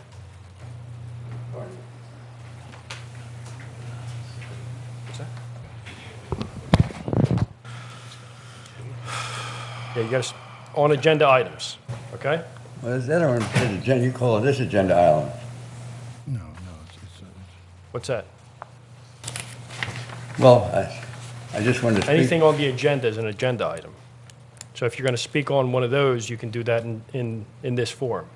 What was the last form? The last forum, you could speak on, was registered speakers, which you registered for and spoke. Oh, all right then. Freedom of speech. You did. You spoke about whatever you wanted to speak. I asked you, is this the agenda, and you said yes. Yeah, this is the part where you I can was speak from the talking about the agenda. agenda, but that's perfectly all right. You can speak from the agenda, from anything on the agenda. But the agenda is very limited. Okay? Budget was on the agenda, so go ahead.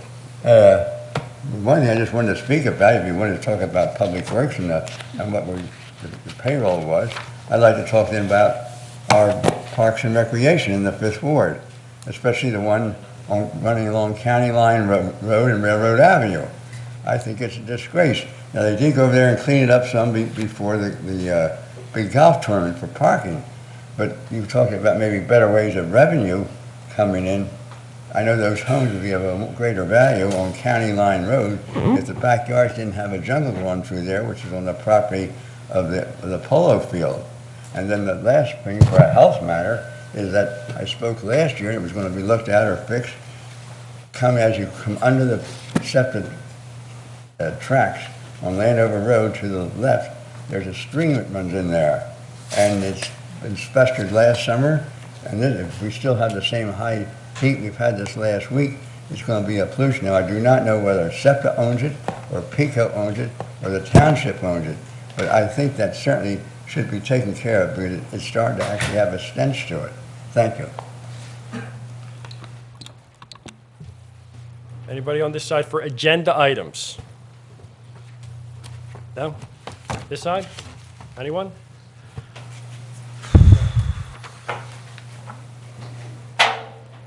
All right.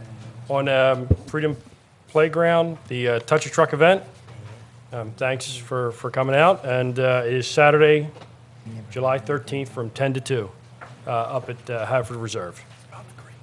The Judge and Advocacy Committee, thank you for bringing that to us. Is there a website in which, if people want to get involved? So the Okay, so that's Hope United Methodist Church's website if you'd like to get involved in confronting suburban poverty in America. Okay, Dr. Levin at Superfund site. Yeah, Dr. Levin, thank you for that. It's an awful lot of information. We'll certainly turn it over to Lori and our engineer. We'll take the information into account. So thank you. And Mr. Hausworth. Yeah, Mr. Mr. Hausworth, thank you for your questions. Again, I think a couple times I tried to, maybe I'm not doing a good job. The township does have a credit card like any other community our size, and they're used for any vendor who will not accept a purchase order. The majority of the purchasing that's used by a credit card, especially this time of year, is for our park and recreations. All the playground activities that are going on when our recreation department does bus tours, we have to buy the tickets from these. When they do shows, we have to buy them with a credit card. And indeed, that there are invoices, and part of the auditing is what not only do our elected auditor, but our auditing firms that they're very much so is an invoice. So that's not a correct statement. So anytime we use a credit card, it has to get my permission, and if I'm not here, then it goes to Amy to get her permission, and so it is controlled. Again, I tried to explain to you what those are for. As far as the U.S. Open, we don't have a dollar figure, an exact dollar figure for what we're going to get, what the township gets. But to give you an idea, some of our parks that we use will get approximately $50,000 to $55,000 in park improvements from the USGA. We will get somewhere in the vicinity of about $100,000 in actual revenue from utilization of our employees for some of the administrative fees, food, and permits. Almost, probably 40,000 of that for permits for them to put up the tents and so on and so forth. And Lori's department coordinated that. And then the revenues for the sales of food and merchandise. So somewhere in the area, it's probably going to take a few months for us to get that all back. The employees, again, that you talked about, $1.5 million in savings for our employees. That's about over 5 years through the reduction of those employees. And like I said in my budget presentation, I look at every department. And sanitation, I look at every other year. And I can tell you that if other towns are not going to save money our size, if you look at the amount of households, not businesses, the amount of households that we provide, the actual cost to the township residents to provide sanitation for the entire operation, that's 2 trash pickups, that's a recycling pickup, and that's yard waste, curbside yard waste pickup every week. The actual cost that we have at the township, the cost of that is $211 per household. We actually don't even charge the residents for the actual cost. It's something that Amy and I are working on for this year. Some of the contractors that I brought in, I can guarantee you that cost for the residents, because we contracted out, they don't want your equipment, they don't want your personnel, and they will not pick up recycling, and they will not pick up yard waste, and the cost to provide the services to the residents will double. It will go from roughly $185 a household that we charge now to over $400 a household. So privatizing sanitation right now is not the right thing to do. We are implementing, again, not to tie this, to keep talking about this, but I've said it in numerous meetings, and I say it almost every week, that the amount of when the county implemented the trash fee to this township, that was an additional $1 million impact to our operating budget. So we started looking at opportunities to reverse that. We implemented the yard waste pickup. We implemented single stream. And by the way, I'm very disappointed in the participation. Our single stream collections has dropped off 100 tons from this year. That can't make it any simpler for our residents. So we have to work together. If the residents want me to help them save the money, they have to participate in it. So not to draw this on, but we believe, and I tell you, there's the impact to privatize trash in Haverford Township right now would be a financial disaster, and it would be an operational disaster, because all those trucks that we have, when we have a major storm, we won't have the trucks to plow the streets. And I learned a long time ago when I was a new manager, going on my 6 years, say if you mess up one thing in this township, don't mess up trash and don't mess up snow removal, because you'll be out looking for a job. So as I said in my budget presentation, every single month we're constantly evaluating every department. And we're evaluating our emergency medical services right now. But privatizing trash would be a disaster for the township at this present time. So thank you. Mr. President, it's just worth noting also, privatization is a false idol. You think you make money up front in these situations, but once you remove essential government services from government supervision and it goes into the private sector will perform those services until that moment that that entity, while answering to its stockholders, realizes it should do something else to return the investment to its stockholders. On that day, it will stop picking up trash. It will start doing something else. We have to think about that in any of the services that we provide, because once you make that commitment, it's a real irreversible commitment to go back into and reestablish the infrastructure necessary to provide a service you've been providing a long time. So all those communities that made the decision about privatizing trash, a great deal of those communities regret it now, because they are now at the mercy of private corporations who rightly answer only to private stockholders and not to the people. Thank you, Larry. And Mr. Hart. Mr. Hart, the regional bike trails, passing those resolutions, we'll look into that. Thank you very much for bringing that to our attention. Mr. President, I think we've already been very supportive to that program. Yes, we've already Like passed the last year, we had resolution. that $290,000 grant that Mr. Denning, I believe, put together for that. For the 1 mile of... And I think Mr. Pannoni is active in a grant for, isn't there a Trails to Rails? Rails to Trails Rails over... to Trails that we're looking Yes, into that we're as working well? into over on by the Y. going between the Y and the, Yep. the stadium. The old Pensy Railroad that goes Right, up from the exactly. Y down We to Manila put in Road. for a grant to do that.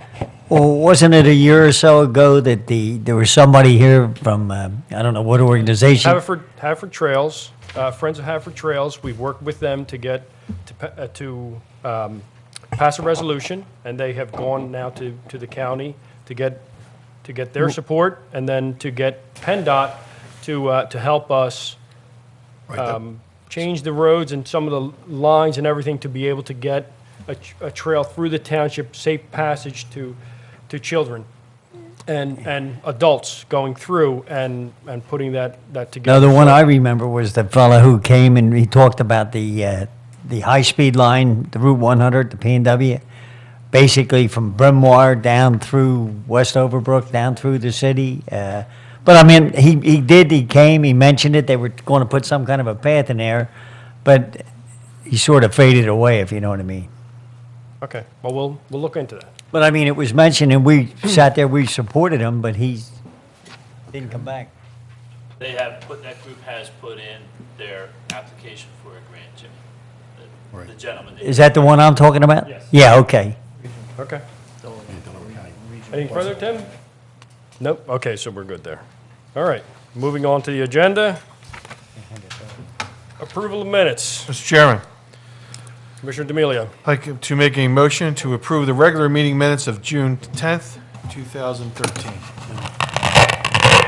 Motion made and seconded. Any discussion? Please call the roll. Mr. D'Amelio? Yes. Mrs. Hall? Yes. Mr. Siegel? Yes. Mr. Holmes? Yes. Mr. McGarity? Yes. Mr. Connell? Yes. Mr. Wexler? Yes. Mr. Heilman? Yes. And Mr. Oliva? Yes. Number 8, approval of warrants. Commissioner Holmes? Mr. President, I move that we approve the following warrants. Number 7 of 2013, totaling $2,968,260.41, comprising the general and sewer fund payroll for June 6, 2013, in the amount of $857,382.02. The general and sewer fund payroll for June 20, 2013, in the amount of $633,156.69. General fund disbursements, number 7 of 2013, in the amount of $1,204,814.37. Sewer fund disbursements, number 7 of 2013, in the amount of $122,013.82. Community Development Block Grant Fund, number 7 of 2013, in the amount of $63,253.70. Home Grant Fund, number 7, 2012, in the amount of $39,170. Capital Projects Fund disbursements, number 7 of 2013, in the amount of $43,072.80. And a credit card statement ending June 6, 2013, in the amount of $5,397.01. Second. Motion made and seconded. Mr. President, I move we approve these. They have had the review of our finance department as well as our auditor, and I do believe any questions that were raised have been answered, and I recommend my colleagues approve these warrants. Okay. All right, any discussion? All right, call the roll. Mr. D'Amelio? Yes. Mrs. Hall? Yes. Mr. Siegel? Yes. Mr. Holmes? Yes. Mr. McGarity? Yes. Mr. Connell? Yes. Mr. Wexler? Yes. Mr. Heilman? Yes. Mr. Oliva? Yes. Number 9, ordinance P6, 2013. Mr. President, motion to adopt the second reading of ordinance number P6-2013, amending and supplementing ordinance number 704, adopted November 13, 1944, and ordinance number 1475, adopted June 15, 1972, and known as Chapter 126, Parks, Playgrounds, and Township Property, to add language regulating the distribution and/or consumption of alcoholic beverages on and/or within the public property of the Township of Haverford. Second. Motion made and seconded. Any discussion? This is a second reading. Please call the roll. Mr. D'Amelio? Yes. Mrs. Hall? Yes. Mr. Siegel? Yes. Mr. Holmes? Yes. Mr. McGarity? Yes. Mr. Connell? Yes. Mr. Wexler? Yes. Mr. Heilman? Yes. And Mr. Oliva? Yes. Number 10, ordinance P18, 2013. Mr. Chairman, Commissioner D'Amelio. you can make a motion to adopt the second reading of ordinance number P18, 2013, amending Chapter 126, Parks, Playgrounds on Township Property to add language regulating the periodic rental of public property of the Township of Haverford. Second. Motion made and seconded. Any discussion? This being a second reading, please call the roll. Mr. D'Amelio? Yes. Mrs. Hall? Yes. Mr. Siegel? Yes. Mr. Holmes? Yes. Mr. McGarity? Yes. Mr. Connell? Yes. Mr. Wexler? Yes. Mr. Heilman? Yes. And Mr. Oliva? Yes. Number 11, ordinance number P19, 2013. Mr. President? Commissioner Siegel. Motion to adopt the second reading of ordinance number P19, 2013, authorizing traffic restrictions on the following highway. Parking of vehicles prohibited at all time under subsection 17591, Schedule 16, amending ordinance 2230-1995 to include the west side of Fairmont Road from Melrose Avenue to a point 30 feet north and the east side of Fairmont Road from Melrose Avenue to a point 30 feet south, and to establish special purpose parking signs in front of 1300 Robinson Avenue and in front of 37 Campbell Avenue. Second. Motion made and seconded. Any discussion? Robinson, Campbell isn't, no, Robinson. All right, please call the roll. Mr. D'Amelio? Yes. Mrs. Hall? Yes. Mr. Siegel? Yes. Mr. Holmes? Yes. Mr. McGarity? Yes. Mr. Connell? Yes. Mr. Wexler? Yes. Mr. Heilman? Yes. And Mr. Oliva? Yes. Number 12, ordinance number P20, 2013. Mr. President. Commissioner Holmes. Mr. President, I move we adopt the first reading of ordinance number P20-2013, further amending Chapter 4, Administration of Government, relating to the appointment of the township's independent auditor. Second. Motion made and seconded. Like to explain that a little, Larry? We did it. At the work session? Any questions? Nope. All right. Mr. D'Amelio? Yes. Mrs. Hall? Yes. Mr. Siegel? Yes. Mr. Holmes? Yes. Mr. McGarry? Yes. Mr. Connell? Yes. Mr. Wexler? Yes. Mr. Heilman? Yes. And Mr. Oliva? Yes. Mr. President, it is worth noting for the public, we've just passed this ordinance. Basically, what it does is it generates for us, it puts a restriction on us of constantly going to the same independent auditor. No more than 2 3-year terms can be served by the same auditing firm without us going to another firm. That kind of provides the checks and balances that people need to know that some kind of long, series of either mistakes or even intentional misconduct will not be sustained into the future. Thank you for that explanation. Sure. Okay, number 13, ordinance number P21, 2013. Mr. President, Commissioner Hall. motion to adopt the first reading of ordinance number P21-2013, further amending Chapter 49, Animals. Second. Motion made and seconded. Any discussion? Mr. President, I'd like to move to strike the roosters from the list that's allowed within the township and put them on the prohibited list, Would that if that's be possible. considered a substantive change? The first reading. It was only a first reading anyway, Okay. so we're okay. Yeah. Okay, so we're going to strike rooster. Everybody comfortable with that? Where's the rooster? I'll second that amendment. We add them to the prohibited list? Okay. Can you have chickens without roosters? I think so. No, I mean, it's a No, legitimate question. no, I'm not being seriously. funny. No, I think so. I think that, Have eggs, but you can't have a next generation of chickens. We got a yes from the audience. I think Right, we right. I understand if people raise chickens for the purposes of eggs and Right. or And that's not, eating the chickens, but It's the, You only add the rooster to perpetuate more chickens? Is that basically what we do here? And certainly, we don't want roosters crowing in but Haverford that's, Township. that's the issue. Okay. So, and also to be clear, this is for 1 acre Yes. property, lots? 1 acre lots. 1 acre lots. Yes, it was. Okay, so rooster has been stricken. Struck. Where's the rooster going? Stricken. Been stricken, Huh? correct. Rooster's going to go on the prohibited The list. rooster The rooster done. has been Like struck. rooster's All right. sick. All right, here we go. References to It roosters. is worth noting that hens also crow. All right, let's focus. Hens what? Hens also crow. Really? I did not know I that. didn't know that either. Okay. Why the hell you knew that? Learn something new every day. Let's put hens on that list Up at too? dawn? We don't have hens on that list. Should we put hens then? No, they don't get up till 9, so they're all right. They're a little later? I think They sleep in a little. No, I'm serious. Or at least- If hens do Hens, the same female thing, why chickens. not put them on there? While we have it open? It's just become like a TV show. Well, Who do you want to put in? No, there? he I made- just, I can't even believe we're talking about it. What's made your it mention that hens do it.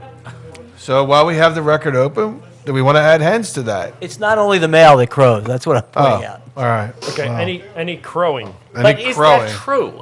Look, Yeah, I don't I'm not know sure if it's enough true. I'm not sure if about that's true whether either. I'm- hens crow as I much don't know as either. roosters. I mean, They- Foghorn they Leghorn crow was more, a but- rooster. He was Yes, not a he hen. was. Went after the embarrassment last month of all going right. doing this. All right. I actually went online and researched it, and males and females both crow. The males, based upon history and everything, and the cockadoodle-doo and all that stuff, Right. has been perpetuated. They get all the as press? being, they get all the press, but the females crow Probably 'cause of Foghorn almost as much Leghorn. as the But males. hens are just as offensive to the ear as roosters are? well, I mean, is this, then let's put both on the prohibited list. I mean, right. is That's there why I any was asking issue? that. I mean, We are keep there this any up, the issues? ACLU will be after us. Okay, Well, all let's joking vote. aside about the ACLU, I mean. We better vote on this. I don't know. All right, so why would the Can the township ACLU? ban any chicken, male or female, from being in the township? Are you Yes, kidding? we can ban Really? them. Now we're getting into an equal rights question. Well, but they don't have a history of political powerlessness, and it's, Okay, so, I would like to make a any- motion to okay. put roosters Put we're And- going to roosters leave hens? and hens. and hens Okay, All You accept it? chickens? on the I, prohibited. okay, I please accept call the it. roll. Wait, all chickens? Chickens are out. No, no, no, chickens are fine. Hens are female chickens. They're female chickens, but if they crow. Roosters are male chickens. Right. And Right, together, I evidently, understand. male and female chickens crow, according to Commissioner Wexler. Who researched it, by the way? Couldn't we get rid of On them the all, internet. just all chickens, I don't want right? my next door neighbor getting chickens, that's why. I would vote for all. That's what I would like. I will second that. If you're going to go, Were we back, they're in now, the roosters? No, are we're in? banning all chickens, male or female. All chickens have been banned. Cry foul on this. On that note, Amy leaves. Really? Okay, we are banning all, We know she was. well, this is the first. This is a protest. She's chickens. she is part of the chicken movement. I'm not going near this. Okay. Maiden name is Sanders. It's animals. Okay. All right, call the roll. Are we? What are we voting on? We're voting on both roosters and hens not being on. Wait, so we are amending? I would just say that I'm with roosters. I think we can address hens later. I think it's roosters. So we won't ban all chickens. I would like to make a motion just to ban the roosters, Okay, you want to ban to roosters? prohibit them, put them on the prohibited list. Stay with you. Well, Okay, so we're just banning roosters okay with here. that. We can revisit Having this. this discussion. Fine, absolutely. But All right. chickens, I, Call the roll, general. please. Mr. D'Amelio. It's broad. Yes on banning the roosters. And the whole thing. The whole thing. The whole No, thing. it's the Yes whole on the whole list. thing. The whole Whole ordinance. list. Right, the whole That's, list? yes on the ordinance. Yes. Yes, on the ordinance with the roosters being moved to prohibited. Thank you. Mr. Siegel? Yes. There is a prohibited list. Mr. Holmes? Mr. Siegel, did you? I said yes. Yeah, okay, you said yes, I'm sorry. I didn't hear. Why? Yes. Mr. McGarity? If I get a call on this, I'm calling the chief of police. I vote yes. Mr. Connell? Why ban? I agree with the amendment, yes. Mr. Wexler? Yes. Mr. Heilman? Yes, and include roosters. Getting a lot of complaints.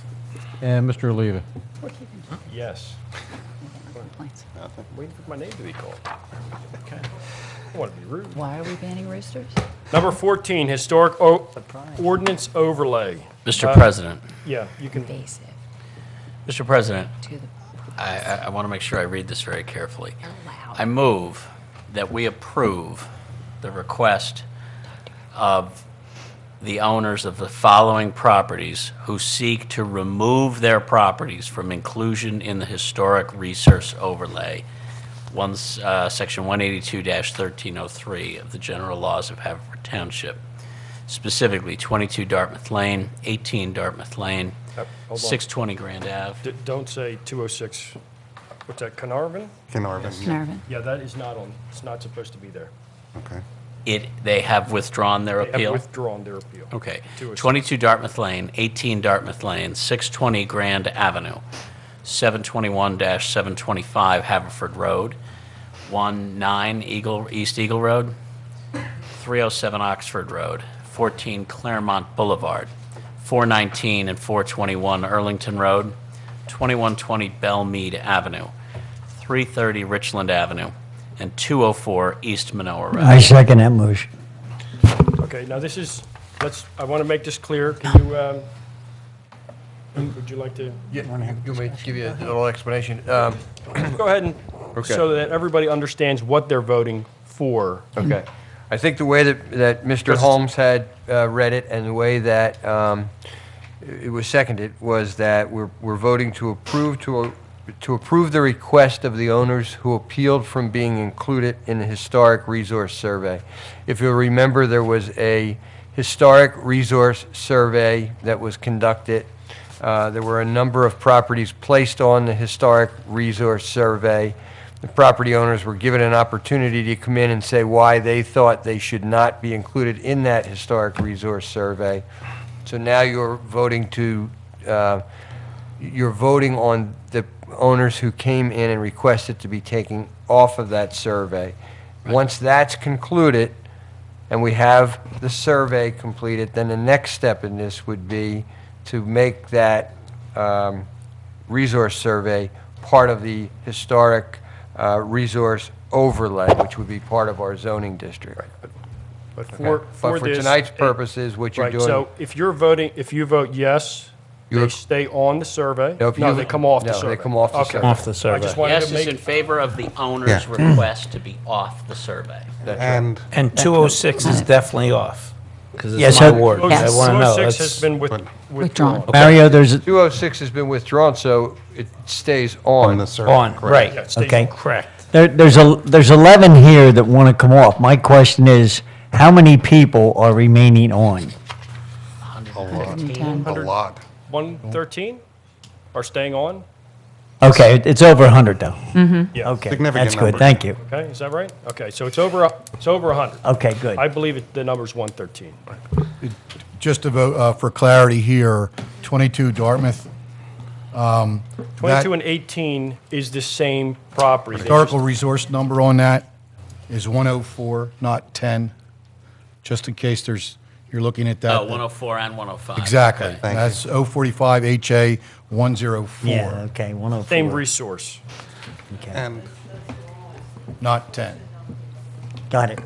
What's that? So Right. make the first one 104 instead of 10, where it says 045 No, wait a second. HA. Oh, it's just 18 Dartmouth. It's, yeah, 22 is the incorrect address. Okay? 22, Remove- 22 Not in shouldn't the be on there? resource overlay. Exactly.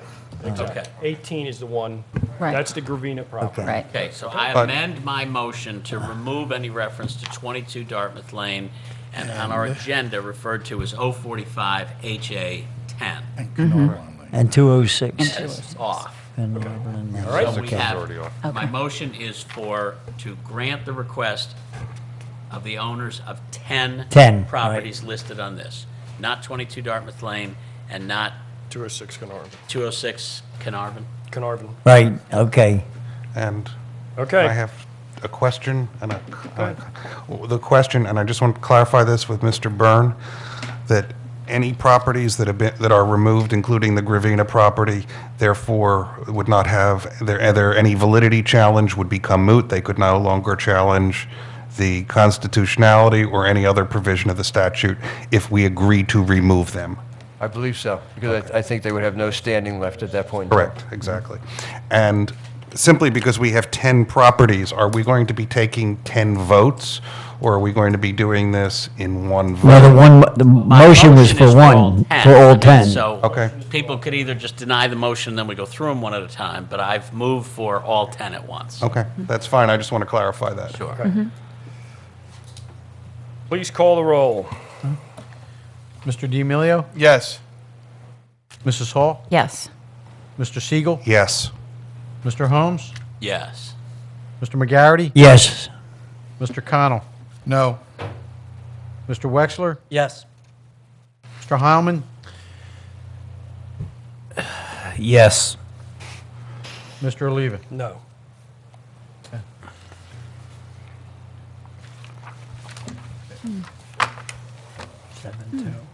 President. Number 15, resolution number 1899, 2013.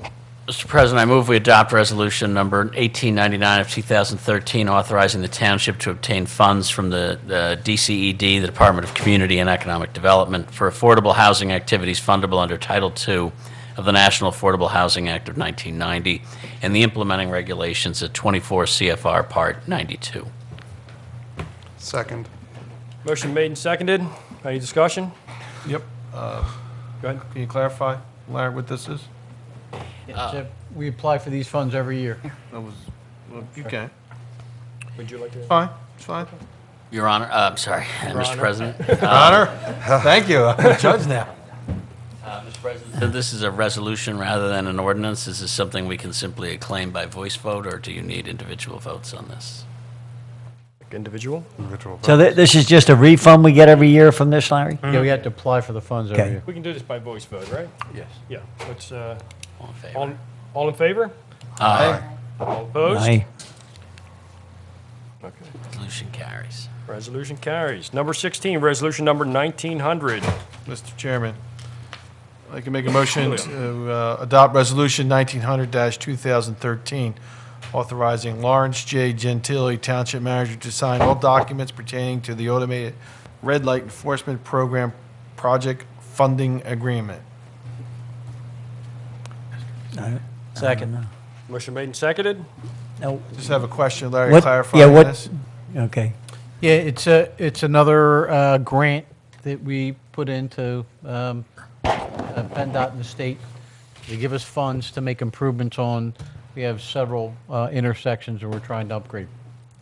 Okay, so this is to fix the red lights, or? Good.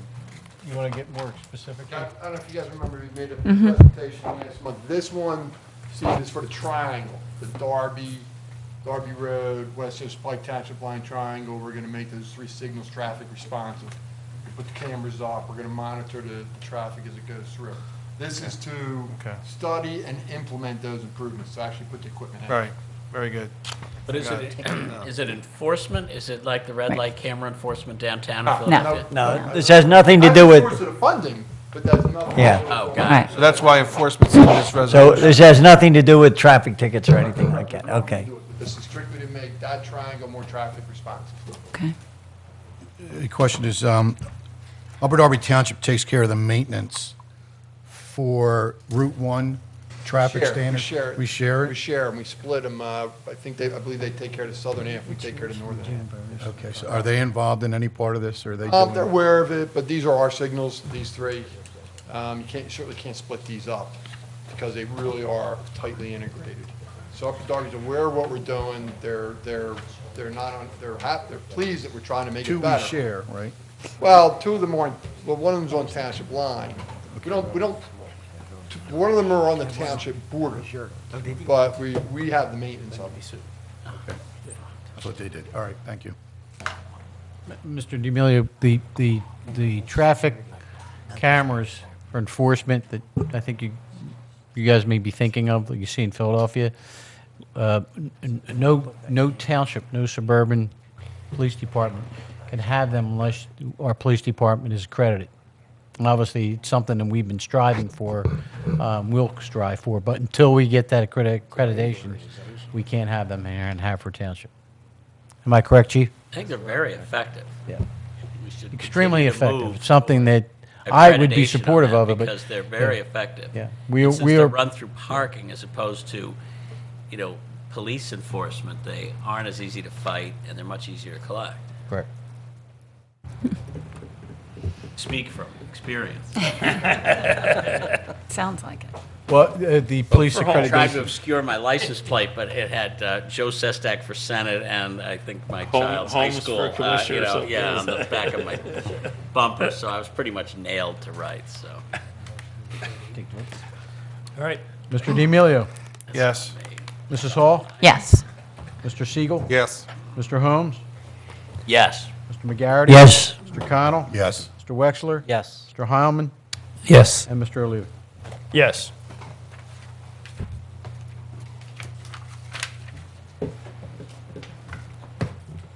Oh, Mr. President. Okay. I Number move- 17? Yes, I move 2000 we adopt the 2014 budget adoption schedule. Second. Motion made and seconded. Please call the roll. Mr. D'Amelio. Yes. Mrs. Hall. Yes. Mr. Siegel. Yes. Mr. Holmes. Yes. McGarity. Yes. Mr. Connell. Yes. Mr. Wexler. Yes. Mr. Heilman. Yes. And Mr. Oliva. Yes. Number 18, authorization, addendum to investment policy statement. Mr. Chairman, I can make a motion to approve the addendum to the pension investment policy statement. Second. Motion made and seconded. I think it's worth letting people know what this amendment is. We believe that achieving the greatest likelihood of meeting fund objectives and the best balance between risk and return for optimal diversification will be accomplished by allocating assets in accordance with targets for each asset class. Asset classes being domestic equity, international equity, other equity, fixed income assets, and cash equivalent, with ranges of 29 to 49%, 11 to 31, 0 to 10, 20 to 60, and 0 to 10. Now, do you want to tell us in English? The point is that it is good for us to establish target asset classes for our non-uniform pension plan investments, and on advice of excellent professionals and the review of our finance department, it is recommended that these ranges govern the decisions we make in our investment policies. Therefore, I recommend that we adopt them.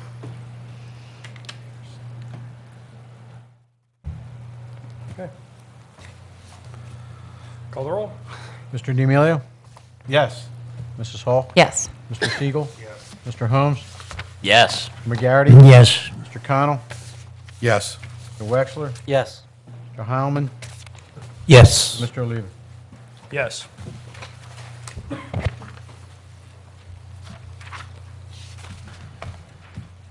Keep. Okay. Dan? Number 19. Cable TV. No, I don't know. Do we have somebody? I think we Have had. anyone right now? We had a person. If they had an interest, did they send in a I don't know if they did send in a Yeah, we did get be, one. Okay, you want to table 19 then, or? No, we had a name. Yeah, We could take, I mean, Give me a but I second, don't, I'll it bring wasn't, up. Was it let me in see if the I can eighth? find it. I think we already appointed that Ben person. Lazar? On here. I will Why don't tell you we- in 1 second. Okay. Bring up Hold on the, 1 second. Should be on everybody's computer right there. If you see cable position resume, if you shrink down your thing. On my Bennett agenda. D. Lazar. Oh, Ben- got it. Yeah, that's what I'm saying. Yeah. Ben Lazar, last I heard communication that it was directed towards you Right. to send in any resume or application. Yes. And he forwarded, and Mrs. Cugini sent the, should have copied the resume to everyone on the board as she normally does. It Got should it. be right on your computer, so. That's the only one, correct? The only Correct. one received, yes. Yeah. Yeah. Let's So, put it on. motion to appoint Ben Lazar to fill the unexpired 5-year term on the Cable TV Access Board to expire December 31, 2017. Second. Motion made and seconded. Second that, Bill? What are you doing? Bill.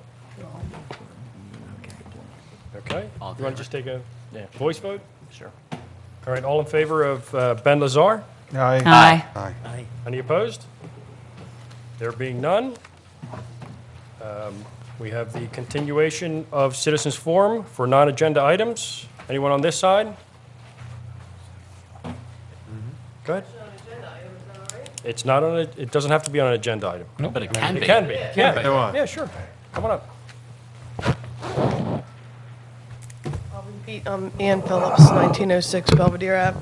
I'm concerned about this number 13 ordinance about the amendment to Chapter 49 animals with the hen and the rooster situation. I'm currently looking to move within Haverford Township, and I'm specifically trying to purchase an acre-plus property in order to have chickens. So making a change like this actually does affect decisions that are made within the township about home purchases. My understanding is that you need to have an acre-plus property in order to have horses and other animals like hens and roosters. So deciding to take the roosters out is going to be a personal decision to me to say, okay, well, I don't need an acre property then. I have relatives who do not live in Haverford Township who have hens and roosters. I'm personally familiar with what the maintenance needs are to properly cage them and maintain them. So this is not an idle thing for me, personally. So I would like you to consider a little bit more seriously. I don't know if you guys have had some other conversations other than the one that I witnessed here tonight, but I would like you to consider more seriously that people in the township do want to have roosters and do want to have hens and want to be able to raise them on their properties. And since it's already an ordinance that you must have an acre-plus property, you're already limiting the amount of people who are able to have them at all to begin with. So I would ask that you not take roosters and hens off of the... Hens are in, right? Hens are in. Hens are in. Hens are in. Roosters are out. Technically. I would ask that you not take roosters off of the allowable animals that are allowed on township residents' properties. Okay. Thank you.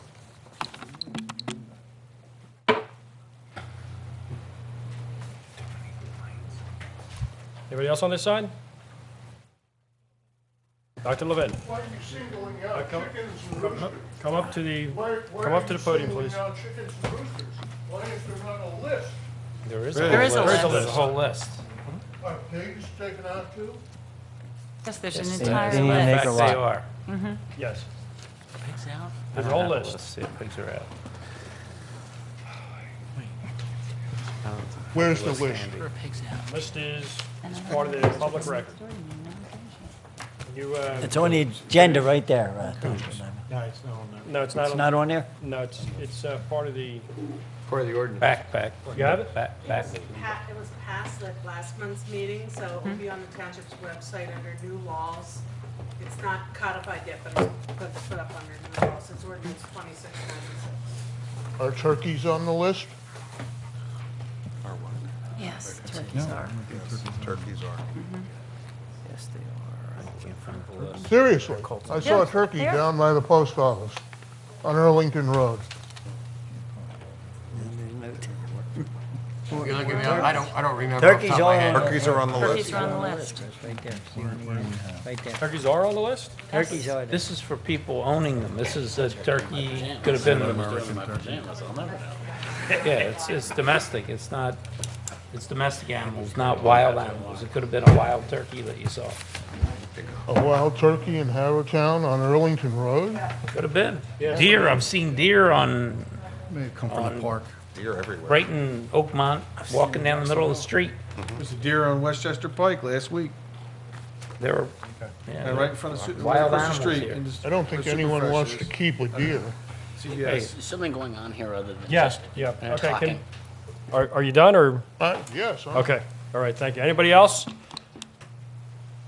There being No other, let's move on. Any new business? Well, I did have new business, but I do want to address, I think, Ms. Phillips, I don't want you to get the wrong impression. It seemed kind of jocular about whether we were getting rid of roosters, hens, or chickens, but it was actually the focus of discussion at the work session last week.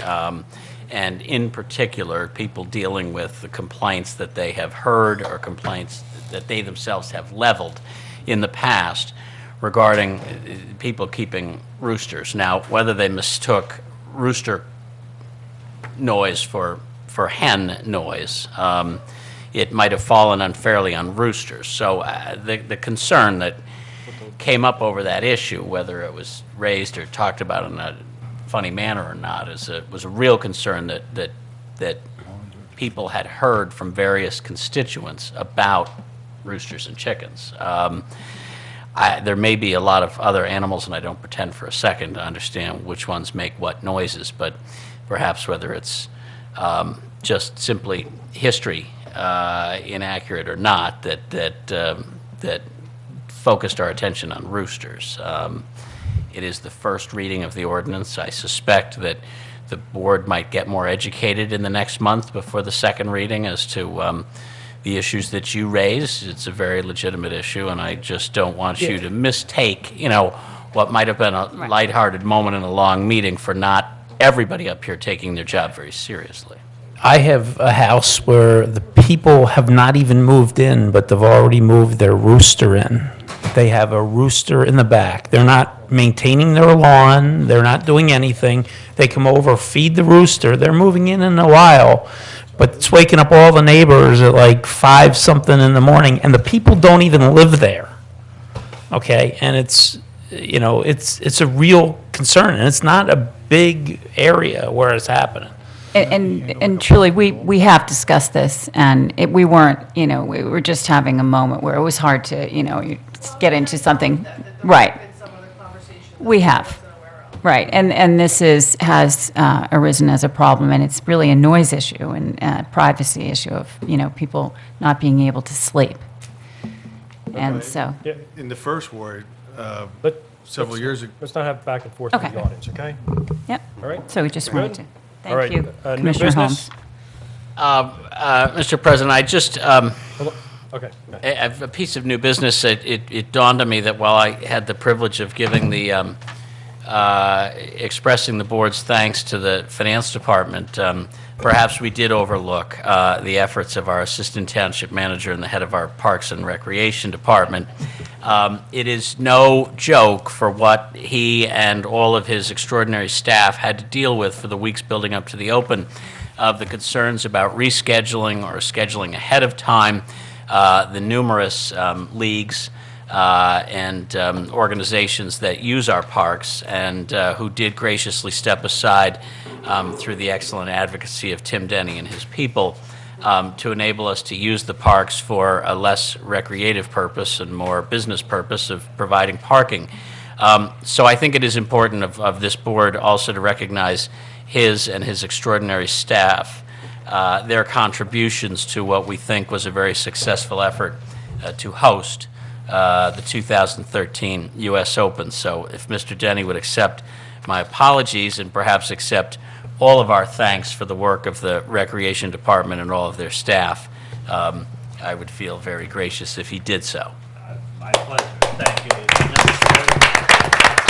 That's all I have for new business. Mr. President, Okay.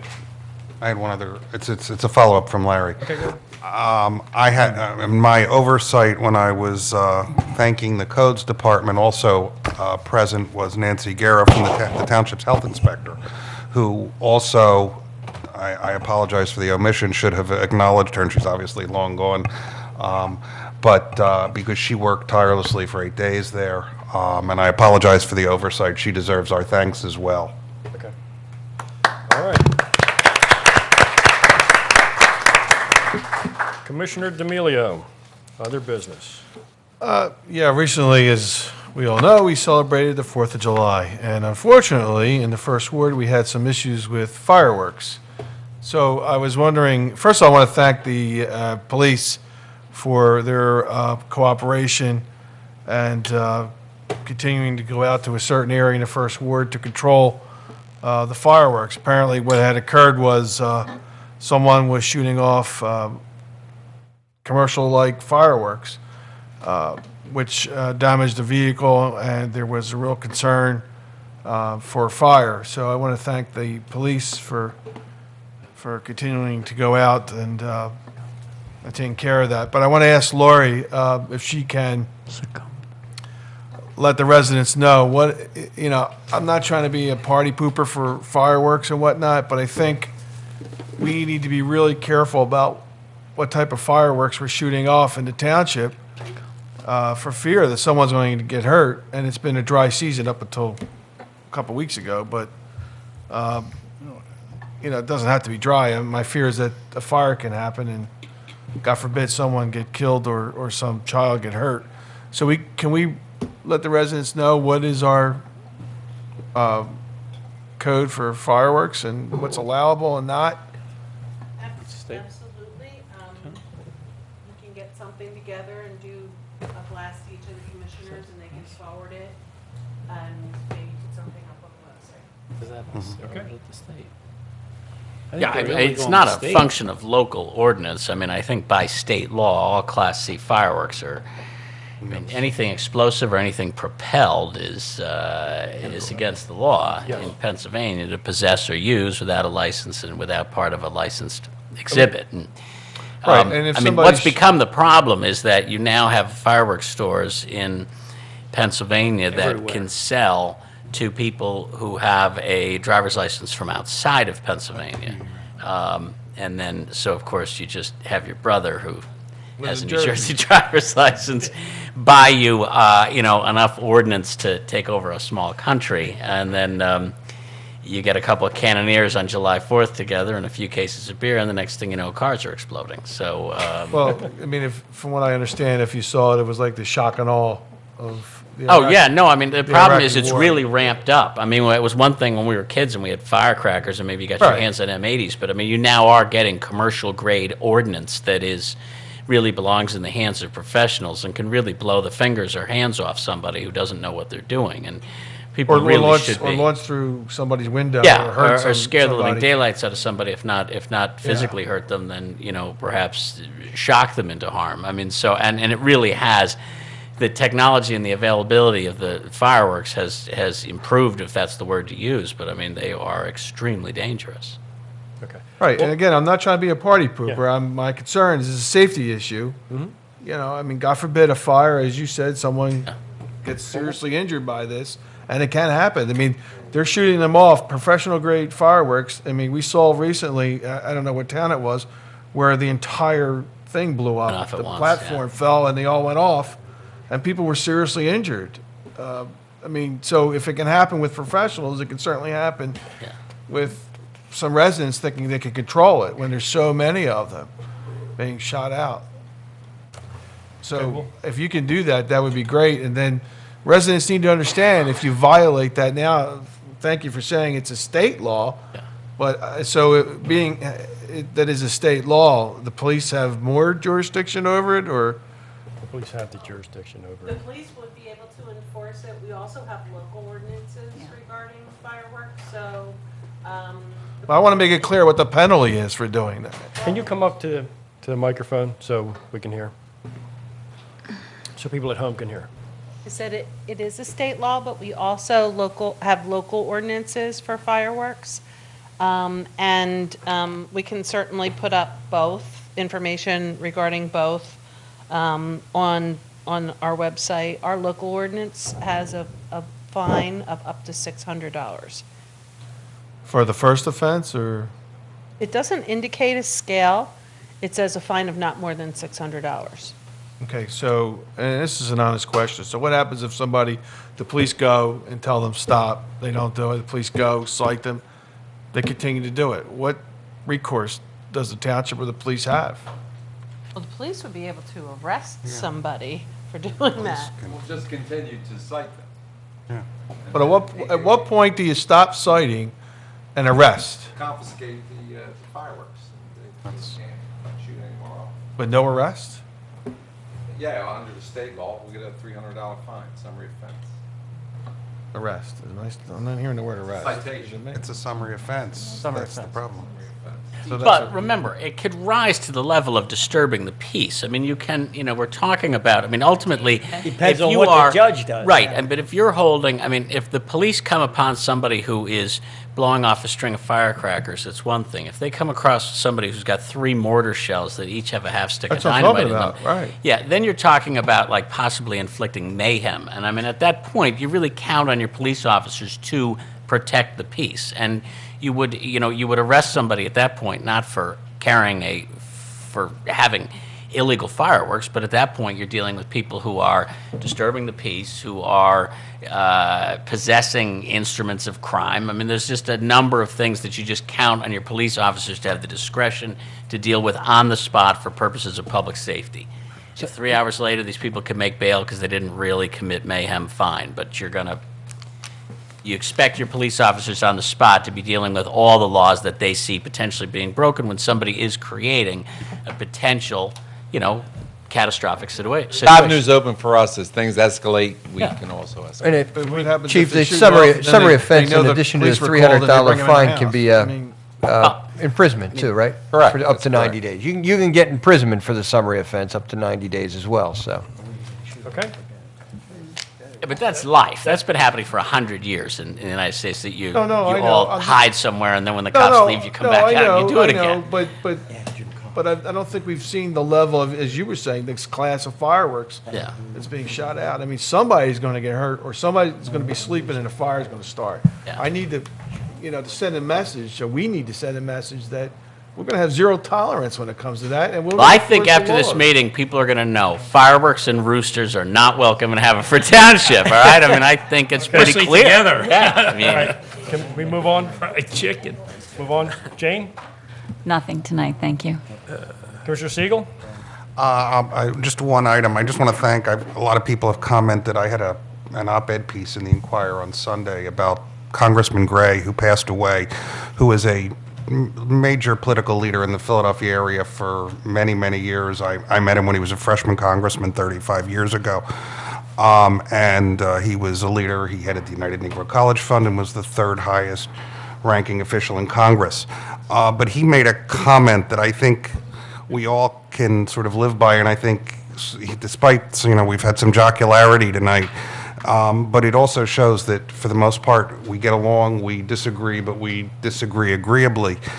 And his one quote was that one of the tragedies in American public policy is where politicians and their followers make other people out as less than human beings or real evil, and that they're the dark side. And he said it makes it difficult to reach a consensus and compromise and to move the nation forward. And if you haven't condemned them, your opponents, to the trash heap of decadent humanity, then you've recognized that maybe they have some value, and it may slightly alter your viewpoint a little bit, but you listen to the opposition. And those are really sort of inspiring words, and we disagree a lot up here, but for the most part we do get along. We don't have to agree on everything, no one ever does. But he was a remarkable man who had a truly incredible career, and someone we can all look up to, and the area has lost a leader. He was a preacher, he was a teacher, and he was just a very well-respected man. So I just wanted to point that out. Thank you. Thanks, Dan. Commissioner Holmes?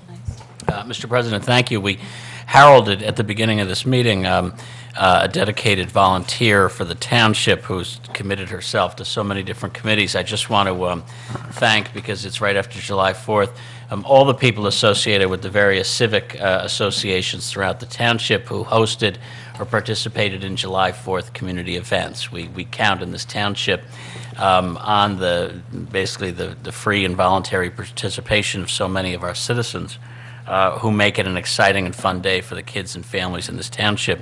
There are too many to name. I just, as the Commissioner of the 6th Ward, would give a particular shout out to the South Ardmore Betterment Alliance, who hosted yet again a very fun family affair at Elwell Field on July 4th, and I want to thank them for their dedication to the betterment of this township and commend them on another job. Very well done. Thank you, Mr. President. All right, Commissioner. Other than touch a truck this Saturday, I have nothing, but come out, it's a great event. I'm finally going to be able to make it again.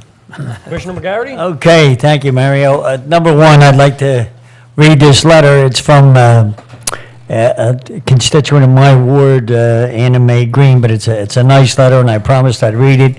It's pertaining to where Mr. Oliva and Mr. Connell are from, Lanark Fire Company. And it basically would say, I'd like to take the opportunity to express my gratitude for the great job done by Lanark Ambulance Company, EMTs, on June the 8th. That night, my husband had chest pains. Your team responded quickly, and had it not been for their knowledge and skill, he would have succumbed to heart failure.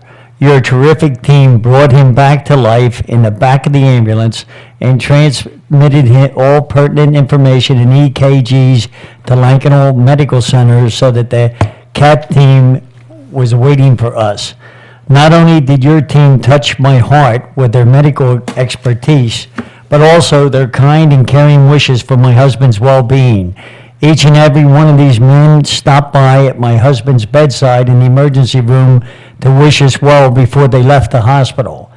We, as Haverford Township residents, are so fortunate to have a great emergency response team and the up-to-date equipment needed to get the required medical assistance in a timely fashion.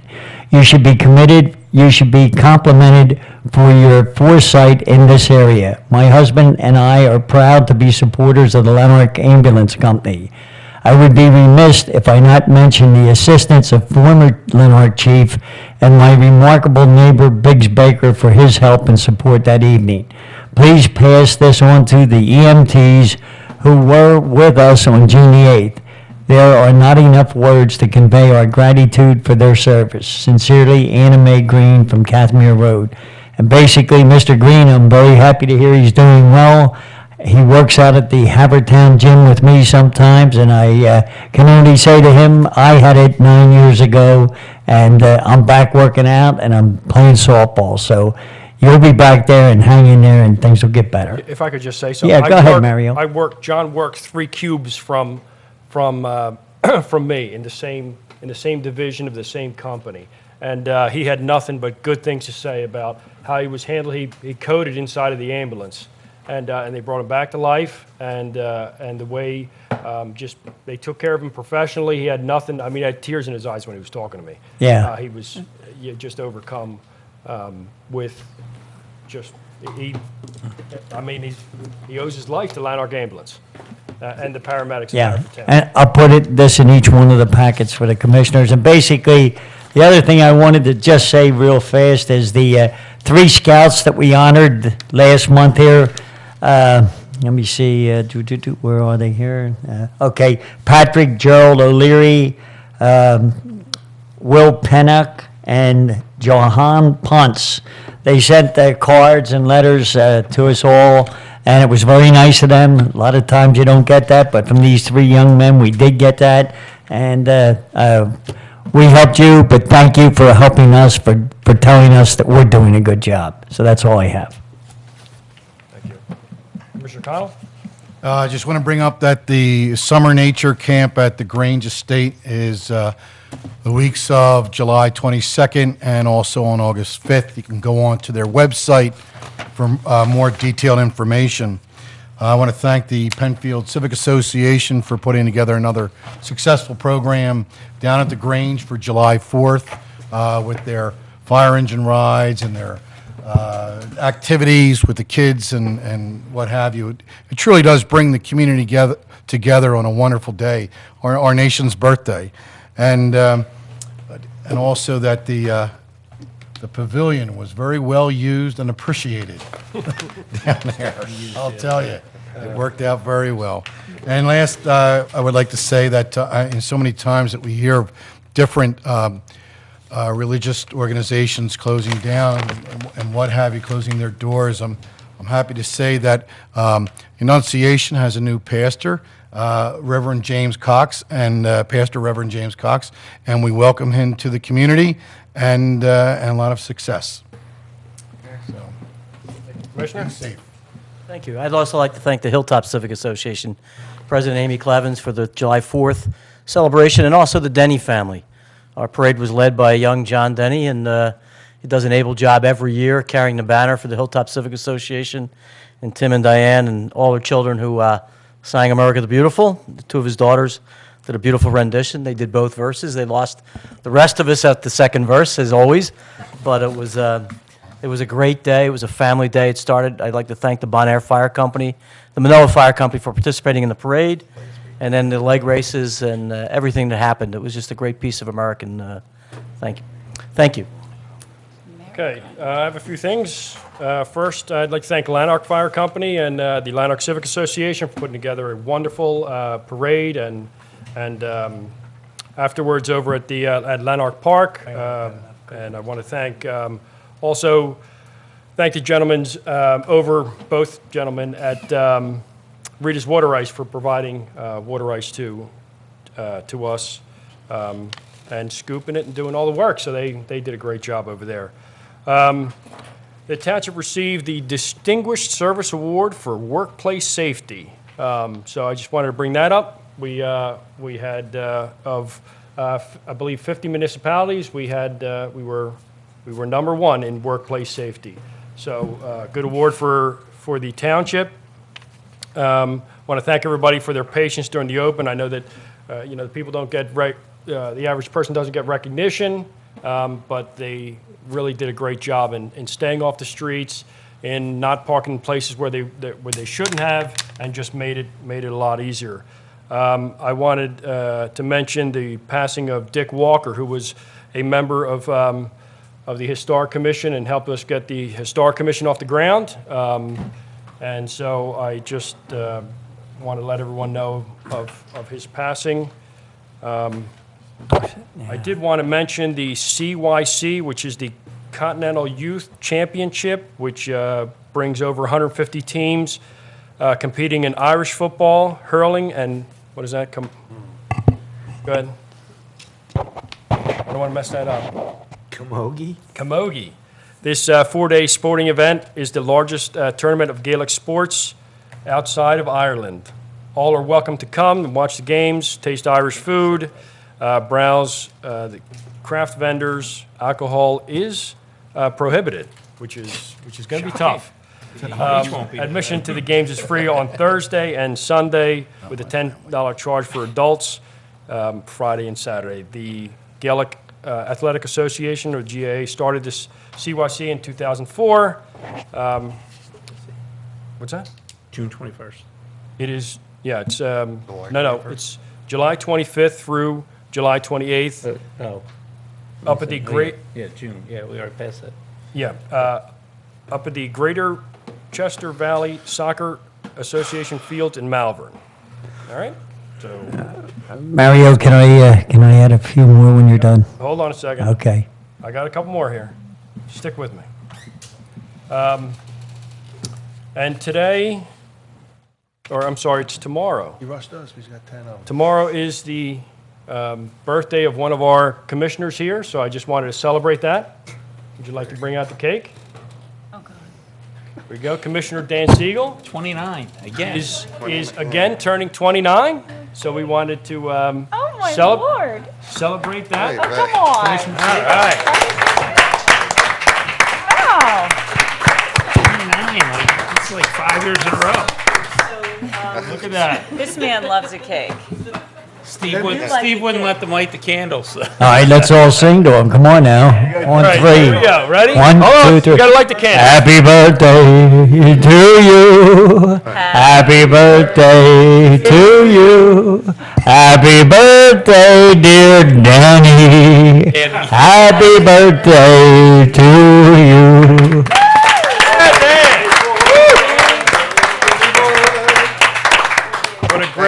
What a great way to end this meeting. Let me, I know Jim has okay, a few other things to say. Yeah, I just wanted to add that we also lost another person who was very active down at Grange, Mr. Joe Ackerman. He passed away.